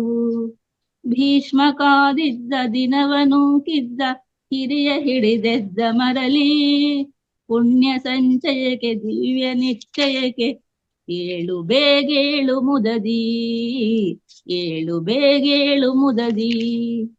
ರವಿಯ ಪಯಣ 6 ತಿಂಗಳು ಉತ್ತರದ ದಿಕ್ಕಿನೆಡೆಗೆ, ಸೂರ್ಯನೇರಿದ ರಥದ ತುರಗಗಳ ನೋಡು ಗಾಂಭೀರ್ಯ ನಡಿಗೆ. ಉತ್ತರಾಯಣದಿ ಬಿತ್ತು ನಗೆ ಮೊಗದಿ ಎಲ್ಲರೊಂದೆಂಬ ಭಾವ, ಹಿಗ್ಗಿಟಿಸಿಲೊಡೆದು ಬಗ್ಗಿ ಬೇರೊಡೆದು ನುಂಗುವುದು ಭೇದ ಭಾವ. ಮನವತಾನುಬ್ಬಿ ಮನವತಾ ಹಬ್ಬಿ ಮಕರ ಸಂಕ್ರಾಂತಿ ಹಬ್ಬ, ಮೇಲಿನಿಂದಿಳಿದು ಇಳೆಗೆ ಬರುತ್ತಿರುವುದು ಒತ್ತು ಶಾವಿಗೆಯ ಹಬ್ಬ, ಒತ್ತು ಶಾವಿಗೆಯ ಹಬ್ಬ. ರವಿಯ ಪಯಣ 6 ತಿಂಗಳು ಉತ್ತರದ ದಿಕ್ಕಿನೆಡೆಗೆ, ಸೂರ್ಯನೇರಿದ ರಥದ ತುರಗಗಳ ನೋಡು ಗಾಂಭೀರ್ಯ ನಡಿಗೆ. ಧನ್ಯವಾದ. ಗಾಂಭೀರ್ಯ ನಡೆಗೆ. ವೆರಿ ನೈಸ್, ಚೆನ್ನಾಗಿತ್ತು madam. Thank you so much. ಧನ್ಯವಾದ ನಿಮಗೆ. ಶಾಂತಾ ಎಚ್ ಬಿ ಮೈಸೂರು ಅವರೇ ಮಾತಾಡಿ ಮೇಡಮ್. ಅವ್ರದ್ದಾದ್ಮೇಲೆ ನಾವು ಪ್ರಾಣಾಯಾಮನ ಮಾಡೋಣ. Okay, Shanta H B Mysuru ಮಾತಾಡಿ ಮೇಡಮ್. ಶಾಂತಾ ಅವರೇ. ಹಲೋ. ಹಲೋ, ನಮಸ್ತೆ ಮೇಡಮ್. ನಮಸ್ತೆ, ನಮಸ್ಕಾರ. ಎಲ್ರಿಗೂ ನಮಸ್ತೆ. ಒಂದು ಹಾಡು ಹೇಳ್ತೀನಿ. ಹೇಳಿ. ದೇವ ಮದೇವ ಬಾರೋ ಸ್ವಾಮಿ, ಮಲೆಯ ಮದೇವ ಬಾರೋ. ದೇವ ಮದೇವ ಬಾರೋ ಸ್ವಾಮಿ, ಮಲೆಯ ಮದೇವ ಬಾರೋ. ಏಳೇಳು ಮಲೆಯ ಮೆರೆದು ನಡುಮಲೆಯಲ್ಲಿ ನೆಲೆಗೊಂಡು ನಗು ನಗುತ ಕುಳಿತಿರುವ ದೇವ ಮದೇವ ಬಾರೋ ಸ್ವಾಮಿ, ಮಲೆಯ ಮದೇವ ಬಾರೋ. ಚೆಲುವಾದ ಗಿರಿಯವನೇ ಸ್ವಾಮಿ, ಚಿನ್ನದ ತೇರಿನವನೇ. 77 ಮಲೆಯ ಒಡೆಯ, ಎಣ್ಣೆ ಮಜನದ ಪ್ರಿಯ. ಆಲರವಿಯ ಮೇಲೆ ವಾಲಾಡುವ ಸ್ವಾಮಿ, ಗಂಡುಲಿಯ ಬೆನ್ನೇರಿ ಮೆರೆದಾಡುವ ಸ್ವಾಮಿ. ದೇವಾದಿ ದೇವರನೆ ಕಾಪಾಡಿದ ಸ್ವಾಮಿ, ದೇವ ಮದೇವ ಬಾರೋ ಸ್ವಾಮಿ, ಮಲೆಯ ಮದೇವ ಬಾರೋ. ಅನವರತ ನಿನ್ನ ಲೀಲೆ ಹಾಡುವೆ, ದಯೆ ಇರಲಿ ನನ್ನ ಮೇಲೆ. ಈ ಬಡವಳ ಮೊರೆಗೆ ಒಲಿದು ಬಾರಯ್ಯ ನನ್ನ ಮನೆಗೆ. ಬಾಳಲ್ಲಿ ಬಲು ನೊಂದು ಬಳಲಿರುವೆನು ತಂದೆ, ದೀನ ದಯಾ ಸಿಂಧು ನೀನೇ ಗತಿಯು ಮುಂದೆ. ಬಾಳಲ್ಲಿ ಬಲು ನೊಂದು ಬಳಲಿರುವೆನು ತಂದೆ, ದೀನ ದಯಾ ಸಿಂಧು ನೀನೇ ಗತಿಯು ಮುಂದೆ. ನೀನೊಮ್ಮೆ ಬಂದಿಲ್ಲಿ ಹರಸೆಂದು ಬೇಡುವೆ, ದೇವ ಮದೇವ ಬಾರೋ ಸ್ವಾಮಿ, ಮಲೆಯ ಮದೇವ ಬಾರೋ.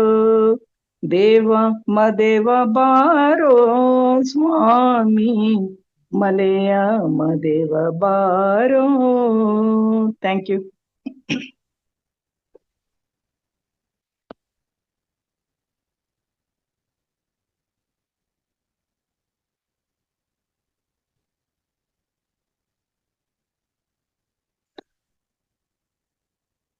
ಮ್ಯಾಮ್ ಮ್ಯೂಟ್ ಆಗಿದೆ. Malini ma'am. Okay okay, yes, ಸಾರಿ.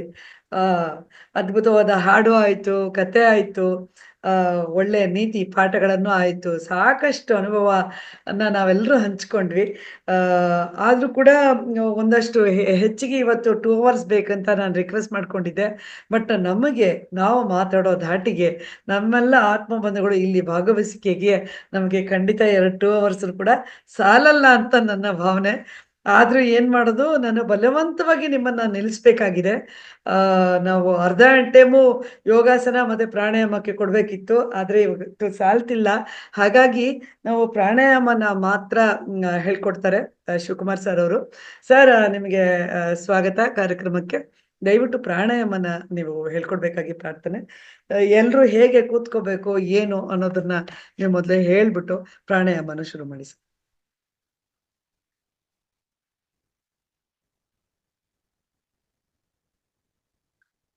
ಸರ್ ಮ್ಯೂಟ್ ಆಗಿದೆ ಸರ್.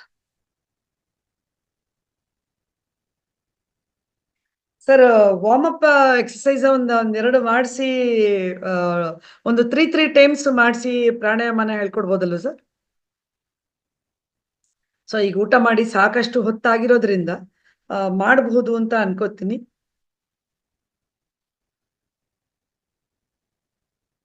ಸರ್ ಅನ್ಮ್ಯೂಟ್ ಮಾಡಿ.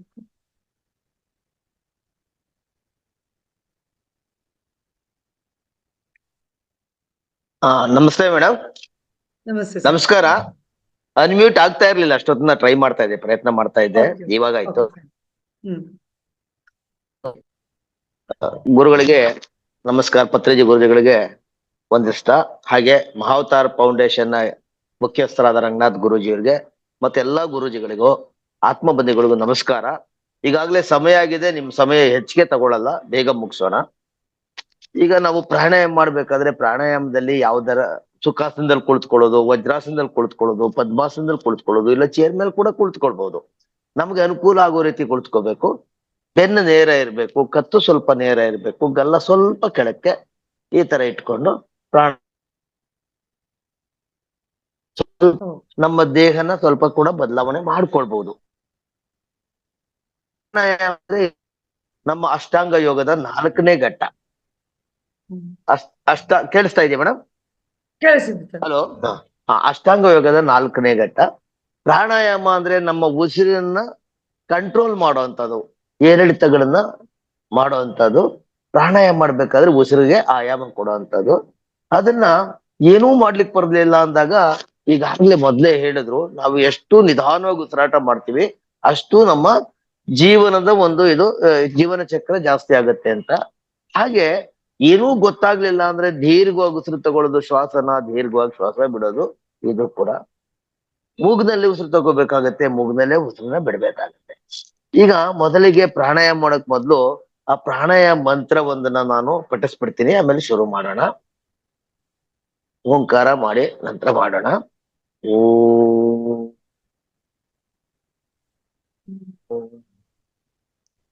ಪ್ರಾಣಸ್ಯೇದಂ ವಶೇತ್ ಸರ್ವಂ ತ್ರಿದಿವೇಯಾತ್ ಪ್ರತಿಷ್ಠಿತಂ ಮಾತೇವ ಪುತ್ರಾನ್ ರಕ್ಷಸ್ವ ಶ್ರೀಶ್ಚ ಪ್ರಜ್ಞಾಂಶ ವಿಧೇಯೇನ ಹೀತಿ. ಎಲ್ಲರೂ ಚಿನ್ಮುದ್ರದಲ್ಲಿ ಕೂತ್ಕೊಳ್ಳಿ. ಚಿನ್ಮುದ್ರ ಹೆಬ್ಬೆರಳು ಮತ್ತೆ ತೋರ್ಬೆರಳನ್ನ ಸೇರಿಸಿ ಮಾಡುವಂಥದ್ದು ಚಿನ್ಮುದ್ರ. ಮೊದಲಿಗೆ ನಾಡಿ ಶೋಧನ ಪ್ರಾಣಾಯಾಮ ಮಾಡೋಣ. ಮೇಡಮ್ 2 ವಾರ್ಮ್ ಅಪ್ ಎಕ್ಸರ್ಸೈಸ್ ಮಾಡಿಸ್ಬೇಕಾಗತ್ತಾ? ಮಾಡಿಸಿದ್ರೆ ಒಳ್ಳೇದು ಸರ್. ವಾರ್ಮ್ ಅಪ್ ಎಕ್ಸರ್ಸೈಸ್ ಮಾಡೋಣ. ಎದ್ದು ನಿಂತ್ಕೊಳ್ಬಹುದು ಅಥವಾ ಕುಳಿತು ಕೂಡ ಮಾಡ್ಬೋದು. ಕುತ್ತಿಗೆಗೆ ಒಂದು ಆಯಾಮ ಕೊಡೋಣ. ಕುತ್ತಿಗೆಗೆ ಆಯಾಮ ಕೊಡ್ಬೇಕಾದ್ರೆ ನೆಕ್ ಎಕ್ಸರ್ಸೈಸ್ ಮಾಡ್ಬೇಕು. ಯಾಕೆ ಮಾಡ್ಬೇಕು ಅಂದ್ರೆ, ಒಂದು ಥೈರಾಯ್ಡ್ ಸಮಸ್ಯೆಯಿಂದ ಹೊರಗ್ ಬರ್ತೀವಿ, ಮತ್ತೆ ಕುತ್ತಿಗೆ ಹಿಡಿಯೋದು ಅದೆಲ್ಲ ಕಡಿಮೆ ಆಗುತ್ತೆ. ಕುತ್ತಿಗೆ ಎಕ್ಸರ್ಸೈಸ್ ಮಾಡ್ಬೇಕಾದ್ರೆ ಮೊದಲಿಗೆ ನಾವು ಕೈಗಳನ್ನ ಸೊಂಟದ ಮೇಲೆ ಇಟ್ಕೊಳ್ಳೋದು, ಅಥವಾ ಹಿಂದೆ ಒಂದು ಬಲ ರಿಸ್ಟನ್ನ. ಸರ್ ಮಧ್ಯ ಮಾತಾಡ್ತಿದ್ದೀನಿ ಸರ್. ಸಾಕಷ್ಟು ಜನ ಇಲ್ಲಿ ಹಿರಿಯರೇ ಇರೋದ್ರಿಂದ ನೀವು ಕುಳಿತುಕೊಂಡು ಮಾಡೋದು ಬೆಸ್ಟ್ ಸರ್. ಕುಳಿತುಕೊಂಡು ಮಾಡೋದಾದ್ರೂ ಕೂಡ ಕುಳಿತುಕೊಂಡು ಮಾಡೋದಾದ್ರೂ ಕೂಡ ನೇರವಾಗಿ ಕುಳಿತುಕೋಬೇಕು. ನಿಧಾನಕ್ಕೆ ಉಸಿರು ತಗೊಳ್ತಾ ತಲೆಯನ್ನ ಮೇಲಕ್ಕೆ ಇನ್ಹೇಲ್ ಅಪ್, ಮೇಲೆ ತೆಗೆದು ಉಸಿರನ್ನ ಬಿಡ್ತಾ ಎಕ್ಸೀಲ್ ಡೌನ್. ಕುತ್ತಿಗೆನ ಪೂರ್ತಿ ಎಕ್ಸ್ಟೆಂಡ್ ಮಾಡ್ಬೇಕು. ಉಸಿರು ತಗೊಳ್ತಾ ಮೇಲೆ, ಹಾಗೆ ಉಸಿರು ಬಿಡ್ತಾ ಕೆಳಗಡೆ, ಉಸಿರು ತಗೊಳ್ತಾ ಮೇಲೆ, ಉಸಿರು ಬಿಡ್ತಾ ಕೆಳಗಡೆ. ಭುಜಗಳನ್ನು ದೂರ ಮಾಡಿ ಹಾಗೆ ಮಾಡಿ ಒಂದು 5 ಸಾರಿ ಮಾಡಿ. ನೀವು ಮನೆಯಲ್ಲಿ ಮಾಡ್ಬೇಕಾದ್ರೆ ಇನ್ನೂ ಹೆಚ್ಚು ಮಾಡಿ. ಇಲ್ಲಿ ಸಮಯ ಇಲ್ಲದೆ ಇದ್ರಿಂದ 5 ಸಾರಿ ಅಪ್ ಅಂಡ್ ಡೌನ್ ಮಾಡೋಣ. ಅದಾದ ನಂತರ ಸೈಡ್ಗೆ ಟ್ವಿಸ್ಟ್ ಮಾಡೋಣ. ಉಸಿರು ತಗೊಳ್ಳೋದು ಇನ್ಹೇಲ್, ಎಕ್ಸೀಲ್, ಉಸಿರು ಬಿಡ್ತಾ ಕಂಪ್ಲೀಟ್ ಟರ್ನ್ ಮಾಡಿ. ನಿಮ್ಗೆಲ್ಲ ಭುಜ ಟಚ್ ಆಗುವಷ್ಟು. ಮತ್ತೆ ಇನ್ಹೇಲ್, ಉಸಿರು ತಗೊಳ್ತಾ ಸೆಂಟರ್ ಬನ್ನಿ, ಎಕ್ಸೀಲ್, ಉಸಿರು ತಗೊಳ್ತಾ ಎಡಕ್ಕೆ. ಇಲ್ಲಿ ದೇಹ ಎಲ್ಲ ಅಲುಗಾಡಬಾರ್ದು, ಕುತ್ತಿಗೆ ಮಾತ್ರ ತಿರುಗಿಸ್ಬೇಕು. ಉಸಿರು ತಗೊಳ್ತಾ ಇನ್ಹೇಲ್, ಎಕ್ಸೀಲ್, ಇನ್ಹೇಲ್, ಎಕ್ಸೀಲ್, ಉಸಿರು ತಗೊಳ್ತಾ ಸೆಂಟರ್, ಉಸಿರು ಬಿಡ್ತಾ ಬಲಕ್ಕೆ, ಇನ್ಹೀಲ್ ಸೆಂಟರ್, ಎಕ್ಸೀಲ್ ಎಡಕ್ಕೆ. ಕುತ್ತಿಗೆನ ಪೂರ್ತಿ ತಿರುಗಿಸಿ. ಇನ್ಹೀಲ್ ಸೆಂಟರ್, ಎಕ್ಸೀಲ್ ಬಲಕ್ಕೆ, inhale, exhale, inhale, relax, relax. ಮತ್ತೆ ಸೈಡ್ ಬೆಂಡ್ ಮಾಡೋಣ. ನೇರವಾಗಿ ಕುಳಿತುಕೊಂಡು ಇನ್ಹೀಲ್ ಉಸಿರು ತಗೊಳ್ಳಿ, ಎಕ್ಸೀಲ್. ನಿಮ್ಮ ಕಿವಿ ಭುಜ ಟಚ್ ಆಗೋ ತರ ಭುಜಗಳಿಂದ ಕೆಳಗಡೆ ಎಳಿರಿ. ಇನ್ಹೀಲ್ ಸೆಂಟರ್, ಎಕ್ಸೀಲ್ ಎಡಕ್ಕೆ, ಇನ್ಹೀಲ್, ಎಕ್ಸೀಲ್. ಉಸಿರು ತಗೊಳ್ತಾ ಸೆಂಟರ್, ಉಸಿರು ಬಿಡ್ತಾ ಎಡಕ್ಕೆ, ಉಸಿರು ತಗೊಳ್ತಾ ಸೆಂಟರ್, ಉಸಿರು ಬಿಡ್ತಾ ಬಲಕ್ಕೆ. Inhale, exhale, inhale, relax. ಮತ್ತೆ ಕುತ್ತಿಗೆಯನ್ನ ಟರ್ನ್ ಮಾಡೋಣ, ರೊಟೇಟ್ ಮಾಡೋಣ. ಉಸಿರು ತಗೊಳ್ತಾ ಇನ್ಹೀಲ್ ಎಡದಿಂದ ಮೇಲಕ್ಕೆ, ಎಕ್ಸೀಲ್ ಬಲದಿಂದ ಕೆಳಕ್ಕೆ. ಇನ್ಹೀಲ್, ಎಕ್ಸೀಲ್. ಉಸಿರು ತಗೊಳ್ತಾ ಮೇಲಕ್ಕೆ, ಉಸಿರು ಬಿಡ್ತಾ ಕೆಳಗಡೆ, ಉಸಿರು ತಗೊಳ್ತಾ ಮೇಲೆ, ಉಸಿರು ಬಿಡ್ತಾ ಕೆಳಗಡೆ. Inhale up, exhale down. ಮತ್ತೆ ಆಪೋಸಿಟ್ ಡೈರೆಕ್ಷನ್. ಉಸಿರು ತಗೊಳ್ತಾ ಬಲದಿಂದ ಅಪ್, ಎಕ್ಸೀಲ್ ಎಡದಿಂದ ಡೌನ್. ಇನ್ಹೀಲ್, ಎಕ್ಸೀಲ್. ಉಸಿರು ತಗೊಳ್ತಾ ಮೇಲೆ, ಉಸಿರು ಬಿಡ್ತಾ ಕೆಳಗಡೆ. ಈ ರೀತಿ ರೊಟೇಟ್ ಮಾಡಿ ಕುತ್ತಿಗೆ ಪೂರ್ತಿ ತಿರುಗಿಸಿ, exhale down, relax, relax, relax, relax. Stop ಮಾಡಿ, ರಿಲ್ಯಾಕ್ಸ್ ಮಾಡಿ. ರಿಲ್ಯಾಕ್ಸ್ ಮಾಡಿದ ನಂತರ ಒಂದು ಭುಜಕ್ಕೊಂದು ಆಯಾಮ ಕೊಡೋಣ. ಭುಜದ ಮೇಲೆ ಹಸ್ತಗಳನ್ನ ಇಟ್ಕೊಳ್ಳಿ. ಹಸ್ತಗಳನ್ನ ಇಟ್ಕೊಂಡು ಹತ್ರ ತಗೊಳ್ಳಿ, ಎರಡೂ ಮೊಣಕೈ ಸೇರುವಷ್ಟು. ಇನ್ಹೀಲ್ ಮತ್ತೆ ದೂರ ಮಾಡಿ, ಎಕ್ಸೀಲ್ ಕೆಳಗಡೆ. ಉಸಿರು ತಗೊಳ್ತಾ ಮೇಲಕ್ಕೆ, ಉಸಿರು ಬಿಡ್ತಾ ಕೆಳಗಡೆ, ಉಸಿರು ತಗೊಳ್ತಾ ಮೇಲಕ್ಕೆ, ಉಸಿರು ಬಿಡ್ತಾ ಕೆಳಗಡೆ. ಹೀಗೆ ಮಾಡಿದ ನಂತರ ಡೈರೆಕ್ಷನ್ ಮತ್ತೆ ಮೊಣಕೈ ಸೇರಿಸಿ, ಇನ್ಹೀಲ್ ಅಪ್, ಎಕ್ಸೀಲ್ ಡೌನ್. ವಿರುದ್ಧ ದಿಕ್ಕು ಕೂಡ ಹಾಗೆ ಮಾಡ್ಬೇಕು. ಮೊಣಕೈ ಸೇರ್ಬೇಕು, ಮೊಣಕೈ ದೂರ ಆಗ್ಬೇಕು. ಇಲ್ಲಿ ಈ ರೀತಿ ಮಾಡೋದ್ರಿಂದ ನಮ್ಮ ಭುಜ ಚೆನ್ನಾಗಿ ಆಕ್ಟಿವೇಟ್ ಆಗುತ್ತೆ. ಸಾಕು, ಸ್ಟಾಪ್ ಮಾಡಿ. ಭುಜ ಆಕ್ಟಿವೇಟ್ ಆಗುತ್ತೆ. ವಯಸ್ಸಾದ ನಂತರ ಫ್ರೋಜನ್ ಶೋಲ್ಡರ್ ಆಗೋದು ಅಂತವನ್ನೆಲ್ಲ ತಪ್ಪಿಸ್ಬಹುದು ನಾವು. ಇದನ್ನ ಹೀಗೂ ಮಾಡ್ಬೋದು, ಕೈಗಳು ಸ್ಟ್ರೆಚ್ ಮಾಡಿ ಕೂಡ ಮಾಡ್ಬೋದು. ಎರಡು ಸದ್ಯಕ್ಕೆ ಇವತ್ತು ಸಾಕು, ಯಾಕೆಂದ್ರೆ ಸಮಯ ಬಹಳ ಅಭಾವ ಇರೋದ್ರಿಂದ ಮುಂದಿನ ತರಗತಿಯಲ್ಲಿ ಅಲ್ಲೇ ಬೇರೆ ಬೇರೆ ವಾರ್ಮ್ ಅಪ್ ಎಕ್ಸರ್ಸೈಸ್ ಎಲ್ಲ ಮಾಡೋಣ. ಈಗ ನೇರವಾಗಿ ಪ್ರಾಣಾಯಾಮಕ್ಕೆ ಹೋಗೋಣ. ಪ್ರಾಣಾಯಾಮದಲ್ಲಿ ಮೊದಲನೇದಾಗಿ ನಾಡಿ ಶುದ್ಧಿ ಪ್ರಾಣಾಯಾಮ. ನಾಡಿ ಶುದ್ಧಿ ಪ್ರಾಣಾಯಾಮ ಅಂದ್ರೆ ನಮಗಿರುವಂತ 72,000 ನಾಡಿಗಳನ್ನು ಶುದ್ಧಿ ಮಾಡ್ಕೋಬೇಕಾಗತ್ತೆ. ಒಂದು ಎಡದಿಂದ ಉಸಿರು ತಗೊಳ್ಳೋದು ಅಥವಾ ಉಸಿರು ಬಿಡೋದ್ರಿಂದ ಎಡ ನಮ್ಗೆ ಕೂಲಿಂಗ್ ಎಫೆಕ್ಟ್, ಬಲ ಹೊಳ್ಳೆಯಿಂದ ವಾರ್ಮ್ ಅಪ್ ಎಫೆಕ್ಟ್ ಆಗುತ್ತೆ. ನಾಡಿ ಶುದ್ಧಿನಲ್ಲಿ ಎಡ ಹೊಳ್ಳೆಯಿಂದ ಉಸಿರು ತಗೊಳ್ತೀವಿ, ಬಲ ಹೊಳ್ಳೆಯಿಂದ ಬಿಡ್ತೀವಿ. ಮತ್ತೆ ಬಲ ಹೊಳ್ಳೆಯಿಂದ ತಗೊಂಡು ಎಡ ಹೊಳ್ಳೆಯಿಂದ ಉಸಿರು ಬಿಡ್ತೀವಿ. ನಿಧಾನಕ್ಕೆ ಉಸಿರಾಟ ಮಾಡ್ಬೇಕು. ಆದ್ರೆ ಸಾಫ್ಟ್ ಅಂಡ್ ಸೂದಿಂಗ್ ಅಂತ ಹೇಳ್ತಾರೆ, ಅಂದ್ರೆ ಎಲ್ಲೂ ಬಲವಂತವಾಗಿ ಉಸಿರು ಎಳಿಬಾರ್ದು. ನಿಧಾನಕ್ಕೆ ಮಾಡೋಣ. ಎಡಗೈ ಚಿನ್ ಮುದ್ರ, ಬಲಗೈ ಅನುನಾಸಿಕ ಮುದ್ರ. ಅನುನಾಸಿಕ ಮುದ್ರ ಅಂದ್ರೆ ಈ ತೋರ್ ಬೆರಳು ಮತ್ತೆ ಮಧ್ಯದ ಬೆರಳು ಎರಡನ್ನು ಮಡಚಿಕೊಳ್ಬೇಕು. ತೋರ್ ಬೆರಳು ಮಧ್ಯದ ಬೆರಳು ಮಡಚಿಕೊಂಡು ಹೆಬ್ಬೆರಳಿಂದ ಬಲ ಹೊಳ್ಳೆ ಮುಚ್ತೀವಿ. ಮತ್ತೆ ರಿಂಗ್ ಫಿಂಗರ್ ಅಂದ್ರೆ ಉಂಗುರದ ಬೆರಳು ಮತ್ತೆ ಕಿರು ಬೆರಳಿಂದ ಎಡ ಹೊಳ್ಳೆ ಮುಚ್ಕೊಳ್ತೀವಿ. ಇನ್ಹೀಲ್, ಎಡ ಹೊಳ್ಳೆಯಿಂದ ಉಸಿರು ತಗೊಳ್ಳಿ. ಹಾಗೆ ಎಡ ಹೊಳ್ಳೆ ಮುಚ್ಚಿ, ಎಕ್ಸೀಲ್ ಥ್ರೂ ರೈಟ್ ನಾಸ್ಟ್ರಿಲ್. ನಿಧಾನಕ್ಕೆ ಬಲ ಹೊಳ್ಳೆಯಿಂದ ಉಸಿರು ತಗೊಳ್ಳಿ. ದೀರ್ಘವಾಗಿ ಉಸಿರು ತಗೊಳ್ಳಿ. ಬಲ ಹೊಳ್ಳೆ ಮುಚ್ಚಿ, ಎಡ ಹೊಳ್ಳೆಯಿಂದ ಉಸಿರು ಬಿಡಿ. Exhale. Inhale through left nostril. ನಿಧಾನಕ್ಕೆ ಉಸಿರು ತಗೊಳ್ಳಿ. ಎಡ ಹೊಳ್ಳೆ ಮುಚ್ಚಿ, ಎಕ್ಸೀಲ್ ಥ್ರೂ ರೈಟ್ ನಾಸ್ಟ್ರಿಲ್. ಹಾಗೆ ಇನ್ಹೀಲ್ ಥ್ರೂ ರೈಟ್, ಬಲ ಹೊಳ್ಳೆ ಮುಚ್ಚಿ, ಎಕ್ಸೀಲ್ ಥ್ರೂ ಲೆಫ್ಟ್. ನಿಧಾನಕ್ಕೆ ಎಡ ಹೊಳ್ಳೆಯಿಂದ ಉಸಿರು ತಗೊಳ್ಳಿ. ಎಡ ಹೊಳ್ಳೆ ಮುಚ್ಚಿ, ಎಕ್ಸೀಲ್ ಥ್ರೂ ರೈಟ್. ನಿಧಾನಕ್ಕೆ ಬಲ ಹೊಳ್ಳೆಯಿಂದ ಉಸಿರು ತಗೊಳ್ಳಿ. ಸ್ಮೂತ್ ಆಗಿ ಉಸಿರು ತಗೊಳ್ಳಿ. ಬಲ ಹೊಳ್ಳೆ ಮುಚ್ಚಿ, ಎಕ್ಸೀಲ್ ಥ್ರೂ ಲೆಫ್ಟ್. ಸಾಕು. Relax, relax. ಇದು ನಾಡಿ ಶುದ್ಧಿ ಪ್ರಾಣಾಯಾಮ. ನಾಡಿ ಶುದ್ಧಿ ಪ್ರಾಣಾಯಾಮ ಈಗ ಮಾಡ್ತೀವಿ. ನಂತರ ಉಜ್ಜಾಯಿ ಪ್ರಾಣಾಯಾಮ ಮಾಡೋಣ. ಉಜ್ಜಾಯಿ ಪ್ರಾಣಾಯಾಮ ಮಾಡೋದ್ರಿಂದ ಅದನ್ನ ಮೂಗ್ನಲ್ಲೇ ಉಸಿರಾಟ ಮಾಡ್ತೀವಿ. ಆದ್ರೆ ಉಸಿರನ್ನ ಹೊರಕ್ ಹಾಕ್ಬೇಕಾದ್ರೆ ನಮ್ಮ ಗಂಟ್ಲಿನಲ್ಲಿ ಗಾಳಿ ಸ್ವಲ್ಪ ಪ್ರೆಷರ್ ಕೊಟ್ಟು ಉಜ್ಜಿಕೊಂಡು ಹೊರಕ್ ಹೋಗೋ ತರ ಪ್ರೆಷರ್ ಕುಕ್ಕರ್ ನಲ್ಲಿ ಸೌಂಡ್ ಬರುತ್ತಲ್ಲ, ಆ ರೀತಿ ಮಾಡೋಣ. ದೀರ್ಘವಾಗಿ ಉಸಿರು ತಗೊಳ್ಳೋದು, ದೀರ್ಘವಾಗಿ ಉಸಿರು ಬಿಡೋದು. ನೀವು ಚಿನ್ಮುದ್ರದಲ್ಲೇ ಕುಳಿತುಕೊಳ್ಳಿ. ನಿಧಾನಕ್ಕೆ ಉಸಿರು ತಗೊಳ್ಳಿ. Inhale, exhale. ಗಾಳಿ ಗಂಟ್ಲಿನಲ್ಲಿ ಉಜ್ಜಿಕೊಂಡು ಹೋಗೋ ತರ ಸೌಂಡ್ ಮಾಡ್ತಾ ಉಸಿರು ಬಿಡಿ. Inhale, exhale. ಅದೇ ರೀತಿ ಕಂಟಿನ್ಯೂ ಮಾಡಿ.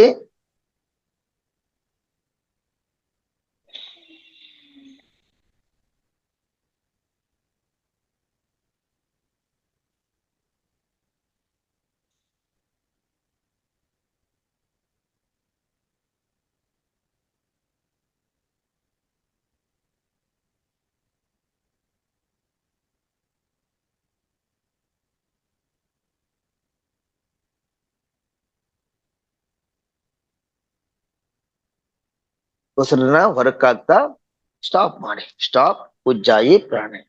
ಉಜ್ಜಾಯಿ ಪ್ರಾಣಾಯಾಮ ಸ್ಟಾಪ್ ಮಾಡಿ. ನೆಕ್ಸ್ಟ್ ಭಸ್ತ್ರಿಕಾ ಪ್ರಾಣಾಯಾಮ.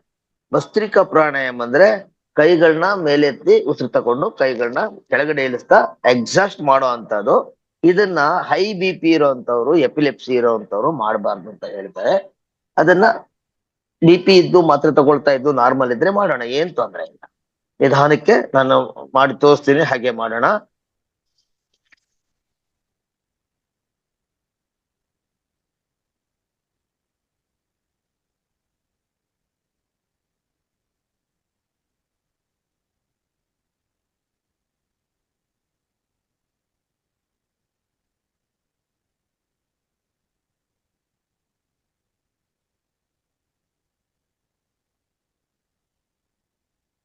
ಸಾಕು. ಸ್ಟಾಪ್ ಮಾಡಿ.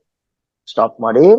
Relax, relax, relax, relax. ಆರಾಮಾಗಿ ನಿಮ್ಮ ದೇಹದಲ್ಲಾಗುವಂತ ಬದಲಾವಣೆಯನ್ನೇ ಗಮನಿಸಿ. ಮತ್ತೊಮ್ಮೆ ಮಾಡೋಣ. ಈಗ ನಾವು ಹಾರಿಜಾಂಟಲ್ ಆಗಿ ಉಸಿರನ್ನ ಬಿಡುತ್ತಾ ಕಂಪ್ಲೀಟ್ ಹೀಗೆ ತಗೊಳ್ಳೋಣ. ನೋಡಿ, ಈ ರೀತಿ ಸ್ಟಾರ್ಟ್ ಮಾಡೋಣ. ಮಾಡಿ.